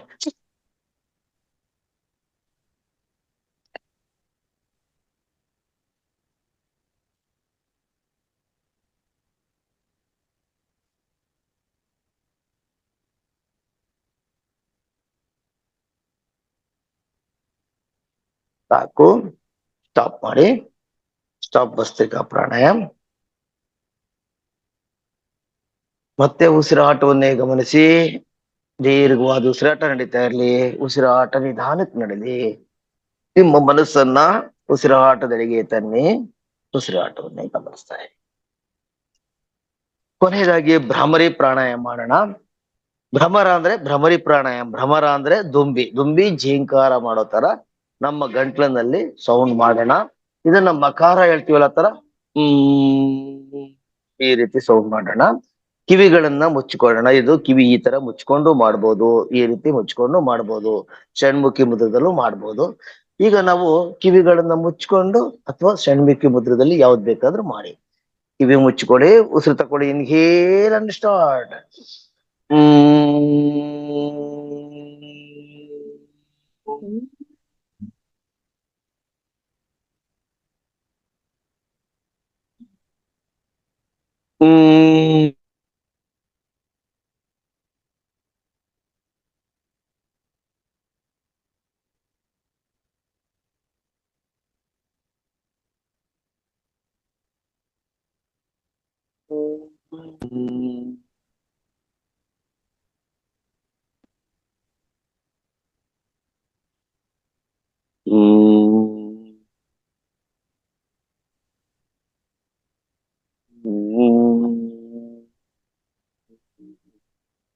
ಸ್ಟಾಪ್ ಭ್ರಮರಿ. ಭ್ರಮರಿ ಸ್ಟಾಪ್ ಮಾಡಿ. Feel the vibrations of Bhramari. ಭ್ರಮರಿಯಿಂದ ಉಂಟಾದ ಝೀಂಕಾರ ನಾದವನ್ನೇ ಕೇಳ್ತಾ ಇರಿ. ನಿಮ್ಮ ಮನಸ್ಸನ್ನು ಭ್ರಮರಿಯಲ್ಲಿ ಲೀನವಾಗಿರಿ. ಉಸಿರಾಟವನ್ನೇ ಗಮನಿಸಿ. ದೀರ್ಘವಾದ ಉಸಿರಾಟ ನಡೀತಾ ಇರಲಿ. ನಿಮ್ಮ ದೇಹದಲ್ಲಿ ಆಗ್ತಾ ಇರುವಂತ ಬದಲಾವಣೆಗಳನ್ನು ಗಮನಿಸಿ. Relax, relax, relax. ಇಂದಿಗೆ ಈಗಾಗಲೇ ಸಮಯ ಆಗಿರೋದ್ರಿಂದ ಪ್ರಾಣಾಯಾಮ ಕೂಡ ಸ್ಟಾಪ್ ಮಾಡೋಣ. ನನಗೆ ಸಮಯ ಬಹಳ ಕಡಿಮೆ ಹೇಳಿದ್ದಾರೆ, ಅದರಿಂದ ಸ್ಟಾಪ್ ಮಾಡ್ತಾ ಇದ್ದೀನಿ ಇವತ್ತು. ಸ್ಟಾಪ್ ಮಾಡೋಣ. ಈಗ ನನಗೆ ಇದು ಪ್ರಾಣಾಯಾಮ ಮಾಡೋದಕ್ಕೆ ಅವಕಾಶ ಕೊಟ್ಟಂತ ನಮ್ಮ ಮಹಾವತಾರ್ ಫೌಂಡೇಶನ್ಗೆ ಅನಂತ ಧನ್ಯವಾದಗಳನ್ನು ಅರ್ಪಿಸ್ತೀನಿ. ಇದುವರೆಗೂ ಅವಕಾಶವಾಗಿ ಕೇಳಿ ನನ್ನ ಜೊತೆ ಸಹಕರಿಸಿದ ತಮ್ಮೆಲ್ಲರಿಗೂ, ಎಲ್ಲಾ ಆತ್ಮ ಬಂಧುಗಳಿಗೂ ವಂದನೆಗಳು. ನಮಸ್ಕಾರ. ನಮಸ್ಕಾರ ಸರ್, ಅದ್ಭುತವಾಗಿ ಮಾಡಿದ್ರಿ. ಸಮಯ ಅಭಾವ ನಿಮ್ಗೆ ಸಾಕಷ್ಟು ಟೈಮ್ ಕೊಡಕ್ಕೆ ಸಾಧ್ಯವಾಗ್ಲಿಲ್ಲ, ಅದಕ್ಕೆ ಕ್ಷಮೆ ಇರ್ಲಿ ಅಂತ ಕೇಳ್ತಾ, ಆತ್ಮ ಬಂಧುಗಳೇ, ಸಾಕಷ್ಟು ವಿಚಾರಗಳನ್ನ ಮಾತಾಡಿದ್ವಿ, ಸಾಕಷ್ಟು ವಿಚಾರಗಳ ಬಗ್ಗೆ ಚರ್ಚೆ ಮಾಡಿದ್ವಿ, ಒಂದಷ್ಟು ತಿಳ್ಕೊಂಡ್ವಿ, ಒಂದಷ್ಟು ನಮ್ಮ ವಿಮರ್ಶೆಗೆ ಬಿಡ್ತಾ ಇದೀವಿ. ಸೊ ನಾವು ಅದನ್ನ ವಿಮರ್ಶಾತ್ಮಕವಾಗಿ ನಾವು ಅದನ್ನ ತಗೊಂಡು ಅದ್ರ ಬಗ್ಗೆ ಪರಿಶೀಲನೆ ಮಾಡಿ ಸಾಕಷ್ಟು, ಯಾವುದೇ ವಿಷಯ ಇರ್ಬೋದು ಆದ್ಮೇಲೆ ನಾವು ಅದ್ರ ಬಗ್ಗೆ ಸ್ವಲ್ಪ ತಿಳ್ಕೊಳ್ಬೇಕಾಗತ್ತೆ. ಯಾವುದೇ ವಿಷಯ ಇರಲಿ, ಅದರ ವಿಷಯನ ನಾವು ಕೂಲಂಕುಷವಾಗಿ ಪರಿಶೀಲನೆ ಮಾಡಿ ನಾವು ಅದನ್ನ ನಮ್ಮೊಳಗಡೆ ನಾವು ಅಳವಡಿಸ್ಕೊಂಡಾಗ ಅದರಿಂದ ಸಿಗುವಂತ ನಮ್ಗೆ ಹೆಚ್ಚು ಒಂದು ಮಹತ್ವನ ನಾವು ಕೊಡುವಂಥದ್ದಾಗತ್ತೆ. ಈ ಒಂದು ಜ್ಞಾನ ಹಂಚಿಕೆ ಕಾರ್ಯಕ್ರಮದಲ್ಲಿ ನಾವೆಲ್ಲರೂ ನಮ್ಮನ್ನ ಹೆಂಗೆ ಪ್ರೀತಿಸ್ಬೇಕು ಅನ್ನೋದ್ರ ಬಗ್ಗೆ ನಾವು ಸಾಕಷ್ಟು ತಿಳ್ಕೊಂಡ್ವಿ ಅಂತ ನನ್ನ ಭಾವನೆ. ಆದ್ರೂ ಕೂಡ ನಾನು ಒಂದೇ ಒಂದು ಸಣ್ಣದಾಗಿ ನಾನು ಹೇಳಬೇಕು ಅಂತ ಇಷ್ಟಪಡ್ತೀನಿ. ಸಮುದ್ರದಲ್ಲಿ ದೊಡ್ಡ ಹಡಗಲ್ಲಿ ನಾವೆಲ್ಲ ಹೋಗ್ತಾ ಇರ್ತೀವಿ. ಸಮುದ್ರದ ಹಡಗಲ್ಲಿ ನಾವು ಹೋಗ್ತಾ ಇದ್ದಾಗ ದೊಡ್ಡ ಹಡಗು ತುಂಬಾ ಖುಷಿ ಪಟ್ಟು ನಾವು ಆನಂದದಿಂದ ಎಂತ ತಂಗಾಳಿ ಬರ್ತಿದೆ ಅಂತ ಹೇಳಿ ಹೋಗ್ತಾ ಇರ್ತೀವಿ. ಆವಾಗ ನಮಗೆ ಎದುರಾಗುವಂತ ಒಂದು ದೊಡ್ಡ ಸಂಕಟ ಏನು ಅಂದ್ರೆ ಹಡಗು ಮುಳುಗ್ತಾ ಇರೋದು. ಸೊ ನಾವಿನ್ನೇನು ಸಾವಿನ ಸ್ಥಿತಿಯಲ್ಲಿ ನಾವಿನ್ನೊಂದು ಸ್ವಲ್ಪ ಹೊತ್ತು ನೀರು ಕುಡಿದು ನಮ್ಮೆಲ್ಲ ಪ್ರಾಣ ಹೋಗುತ್ತೆ ಅಂತ ಅನ್ನೋ ಒಂದು ಭಾವದಲ್ಲಿ ನಾವೆಲ್ಲರೂ ನೀರಿಗೆ ಬಿದ್ದು ಹೋಗ್ತೀವಿ. ಯಾವುದು ಆ ಹಡಗು ಮುಳುಗೋಗ್ಬಿಡುತ್ತೆ. ಆಗ ನಾವ್ ಏನ್ ಮಾಡ್ತೀವಿ ಸ್ನೇಹಿತರೆ, ನಮ್ಮ ಒಡ ಹುಟ್ಟಿದವರು ಇದ್ದಾರೆ, ನಮ್ಮ ಆತ್ಮೀಯರೆಲ್ಲ ಇದ್ದಾರೆ, ಬಂಧು ಬಳಗ ಇದ್ದಾರೆ, ಅಲ್ಲಿ ನಮ್ಮ ಸ್ವಂತದವರು ಅಂದ್ರೆ ನಮ್ಮ ತಂದೆ ತಾಯಿ ಮಕ್ಕಳು ಎಲ್ಲ ಇದ್ದಾರೆ. ಆಗ ನಾವು ಯಾರನ್ನ ಬದುಕಿಸ್ತೀವಿ ಅಂತ ಕೇಳೋದಾದ್ರೆ, ಇದು ಇವತ್ತಿನ ಒಂದು ಪೂರ್ತಿ ಒಂದು ಏನು ಇವತ್ತಿನ ಒಂದು ಕಾರ್ಯಕ್ರಮದ ಸಂಕ್ಷಿಪ್ತವಾಗಿ ನಾನು ಹೇಳ್ತಾ ಇದ್ದೀನಿ. ಆಗ ಸಮುದ್ರದಲ್ಲಿ ಮುಳುಗಿದಾಗ ನಾವ್ ಏನು ಮಾಡ್ತೀವಿ ಅಂದ್ರೆ, ನಾವು ಯಾರನ್ನ ಬದುಕ್ಸಕ್ಕೆ ಇಷ್ಟಪಡ್ತೀವಿ ಅಂತಂದ್ರೆ ನಾವು ಹೇಳ್ಬೋದು, ನನ್ನ ಅಪ್ಪನ ಬೆಳೆಸ್ತೀನಿ, ಬದುಕ್ಸಕ್ಕೆ ಇಷ್ಟಪಡ್ತೀನಿ, ಯಾಕೆಂದ್ರೆ ನನ್ನ ಭೂಮಿಗೆ ತಂದು ಇಷ್ಟರ ಮಟ್ಟಿಗೆ ತ್ಯಾಗ ಮಾಡಿರುವಂಥವ್ರು ನಮ್ಮಪ್ಪ. ನಮ್ಮಮ್ಮ ನನಗೆ ಜನ್ಮ ಕೊಟ್ಟಿದ್ದಾಳೆ, ಅದಕ್ಕೋಸ್ಕರ ನಾನು ರಕ್ಷಿಸ್ತೀನಿ ಅಂತೆಲ್ಲ ನಾವು ಹೇಳ್ತೀವಿ. ಆದ್ರೆ ಸ್ನೇಹಿತರೆ, ನಾವು ಅಲ್ಲಿ ಒಂದೇ ಒಂದು ಗಮನಿಸ್ಬೇಕಾಗಿದ್ದು ಏನು ಅಂದ್ರೆ, ನಮ್ಮನ್ನ ನಾವು ಫಸ್ಟ್ ರಕ್ಷಿಸ್ಕೋಬೇಕು. ನಮ್ಮನ್ನ ರಕ್ಷಿಸ್ಕೊಂಡ್ರೆ ಮಾತ್ರ ನಮ್ಮ ಅಪ್ಪನ್ನೂ ರಕ್ಷಿಸ್ಬೋದು, ನಮ್ಮ ಅಮ್ಮನ್ನೂ ರಕ್ಷಿಸ್ಬೋದು, ಹಾಗೆ ನಮ್ಮ ಬಂಧು ಬಳಗ ಎಲ್ಲಾದ್ರೂ ನಾವು ರಕ್ಷಿಸ್ಬೋದು ಅನ್ನೋದು ಇದರ ಒಂದು ಒಟ್ಟಾರೆ ಸಾರಾಂಶ. ಅದಕ್ಕೆ ಮುಖ್ಯವಾಗಿ ನಾವು ತಿಳ್ಕೊಬೇಕಾಗಿರೋದು ಏನು ಅಂದ್ರೆ, ನಮ್ಮನ್ನ ನಾವು ಪ್ರೀತಿಸ್ಬೇಕು, ನಮ್ಮನ್ನ ನಾವು ಆರಾಧಿಸ್ಬೇಕು, ನಮ್ಮನ್ನ ನಾವು ತಿಳ್ಕೊಳ್ಬೇಕು. ಇದೆಲ್ಲದಕ್ಕೂ ಒಂದು ಸುಲಭ ಮಾರ್ಗ ಏನು ಅಂದ್ರೆ ಧ್ಯಾನ. ಈ ಧ್ಯಾನ ಅನ್ನೋದು ನಮಗೆಲ್ರಿಗೂ ಗೊತ್ತಾಗಿದೆ. ಹಾಗಾಗಿ ನಾವು ಯಾರನ್ನ ರಕ್ಷಿಸ್ತೀವಿ, ಯಾರನ್ನ ಬದುಕ್ಸಕ್ ಹೋಗ್ತೀವಿ ಅಂತಂದ್ರೆ, ಮೊದಲನೇದಾಗಿ ನಾವು ಹಾತೊರ್ತಿರ್ತೀವಿ, ಅಲ್ಲಿ ಎಲ್ಲಾದ್ರೂ ಒಂದು ಮರದ ದಿಮ್ಮಿ ಸಿಗತ್ತಾ, ಏನಾದ್ರು ಸಿಗತ್ತಾ, ಮೊದ್ಲು ನಾನ್ ಬದುಕಬೇಕು ಅಂತ ಅಲ್ವಾ. ಮೊದಲು ನಮ್ಮ ಬದುಕೆ ಮುಖ್ಯ. ಹಾಗಾಗಿ ಒಂದು ಮಾತು, ನಾವು ಈ ಧ್ಯಾನಕ್ಕೆ ಬಂದ ನಂತರ ಯಾರು ತಪ್ಪಾಗಿ ಭಾವಿಸ್ಬೇಡಿ, ಇದು ಸತ್ಯ. ಇಲ್ಲಿ ನಾವೇ ಶಾಶ್ವತ. ಅಂದ್ರೇನು? ನಾವೇ ಮುಖ್ಯ. ಮೊದಲು ನಾವು ಮುಖ್ಯ, ನಂತರ ಬೇರೆಯವರು. ಅದು ತಂದೆ ಆಗಿರ್ಲಿ, ತಾಯಿ ಆಗಿರ್ಲಿ, ಮಕ್ಕಳಾಗಿರ್ಲಿ, ಗಂಡ ಆಗಿರ್ಲಿ, ಹೆಂಡತಿ ಆಗಿರ್ಲಿ, ಯಾರಾದ್ರೂ ಆಗಿರ್ಲಿ ಸ್ನೇಹಿತರೆ. ಹಾಗಾಗಿ ನಮ್ಮನ್ನ ಪ್ರೀತಿಸುವಂತ ಕೆಲಸ ನಾವು ಮಾಡ್ಬೇಕು, ನಮ್ಮನ್ನ ಅರಿಯುವಂತ ನಾವು ಕೆಲಸ ನಾವು ಈ ಮಹತ್ತರವಾದ ಒಂದು ವೇದಿಕೆಯಲ್ಲಿ ಧ್ಯಾನ ಮಾಡೋದ್ರ ಮೂಲಕ ನಾವೆಲ್ಲರೂ ಮಾಡ್ತಾ ಇದ್ದೀವಿ. ಹಾಗಾಗಿ ಇದು ನಾನು ಪೂರ್ತಿಯಾಗಿ ನಾನು ಹೇಳಿದೆ. ಹಾಗಾಗಿ ಇಲ್ಲಿ ನಾವೇ ಮುಖ್ಯ. ಅದಕ್ಕೆ ಸ್ನೇಹಿತರೆ, ದಿನಾಗ್ಲೂ ಬೆಳಿಗ್ಗೆ ಎದ್ದಿದ ತಕ್ಷಣ ಮೊದಲನೇದಾಗಿ ನೀವು ಕಣ್ಣು ಬಿಟ್ಟಿದ ತಕ್ಷಣ ಕನ್ನಡಿ ಮುಂದೆ ಹೋಗಿ ನಿಂತ್ಕೊಳ್ಳಿ, ಅಲ್ಲಿ ಒಂದು ಅದ್ಭುತವಾದ ವ್ಯಕ್ತಿ ನಿಮಗೆ ಕಾಣಿಸ್ತಾರೆ. ಅವರನ್ನ ನಾವು ಪ್ರೀತಿಸೋಣ, ಅವರನ್ನ ಪ್ರೀತಿಸ್ತಾ ನಾವು ಈ ಜನ್ಮವನ್ನ ಸಾಕಾರಗೊಳಿಸ್ಕೋಣ, ಸಾರ್ಥಕಗೊಳಿಸೋಣ ಅಂತ ಹೇಳ್ತಾ ಇವತ್ತಿನ ಕಾರ್ಯಕ್ರಮದಲ್ಲಿ ತುಂಬಾ ಚೆನ್ನಾಗಿ ನೀವೆಲ್ಲರನ್ನು ಭಾಗವಹಿಸಿದ್ರಿ. ನಿಮ್ಮೆಲ್ಲರಿಗೂ ತುಂಬ ಹೃದಯದ ಧನ್ಯವಾದಗಳನ್ನ ಅರ್ಪಿಸ್ತಾ ಈ ಒಂದು ಅದ್ಭುತವಾದ ಕಾರ್ಯಕ್ರಮವನ್ನ ನಾನು ಸಂಪನ್ನಗೊಳಿಸಲೇಬೇಕಾಗಿದೆ. ಹಾಗಾಗಿ ಈ ಕಾರ್ಯಕ್ರಮವನ್ನ ಪೂರ್ಣಗೊಳಿಸ್ತೀನಿ ಅಂತ ಹೇಳ್ತಾ ನಿಮ್ಮೆಲ್ಲರಿಗೂ ಪ್ರೀತಿಪೂರ್ವಕವಾದ ನಮಸ್ಕಾರಗಳು. ಹಾಗೆ ನನ್ನ ಈ ಹುಟ್ಟಿದ ದಿನದಂದು ನೀವೆಲ್ಲರೂ ನನಗೆ ಹೃತ್ಪೂರ್ವಕವಾಗಿ ತುಂಬಾ ಅಭಿಮಾನದಿಂದ ಹಾರೈಸಿದ್ದೀರಿ. ನಿಮ್ಮೆಲ್ಲರಿಗೂ ಕೃತಜ್ಞನಾಗಿದ್ದೀನಿ. ಎಲ್ಲರಿಗೂ ಒಂದು ನಮಸ್ಕಾರಗಳನ್ನ ತಿಳಿಸ್ತಾ ಇದ್ದೀನಿ. ಈ ದೇಹಕ್ಕೆ ಒಂದು ಹೆಸರಿರಬಹುದು, ಆದ್ರೆ ಆತ್ಮಕ್ಕೆ ಹೆಸರಿಲ್ಲ. ಆದರೂ ಕೂಡ ಈ ಭೌತಿಕ ಶರೀರದಲ್ಲಿ ನಾವಿರೋದ್ರಿಂದ, ಈ ಲೌಕಿಕ ಜೀವನದಲ್ಲಿ ಇರೋದ್ರಿಂದ ಇವೆಲ್ಲವೂ ನಮಗೆ ಬೇಕಾಗಿದೆ. ಮಂತ್ರ ಇರ್ಬೋದು, ಜಪ ಇರ್ಬೋದು, ತಪ ಇರ್ಬೋದು. ಆದ್ರೆ ಎಲ್ಲದಕ್ಕಿಂತ ಮುಖ್ಯ ನಮ್ಮನ್ನ ನಾವು ಅರಿಯುವಂಥದ್ದು ಆಗಿರ್ಬೇಕು. ನಮ್ಮ ಆತ್ಮವೇ ಮುಖ್ಯ ಅಂತ ಹೇಳ್ತಾ ಎಲ್ಲರಿಗೂ ನಮಸ್ಕಾರ ಸ್ನೇಹಿತರು. ನಮಸ್ಕಾರ.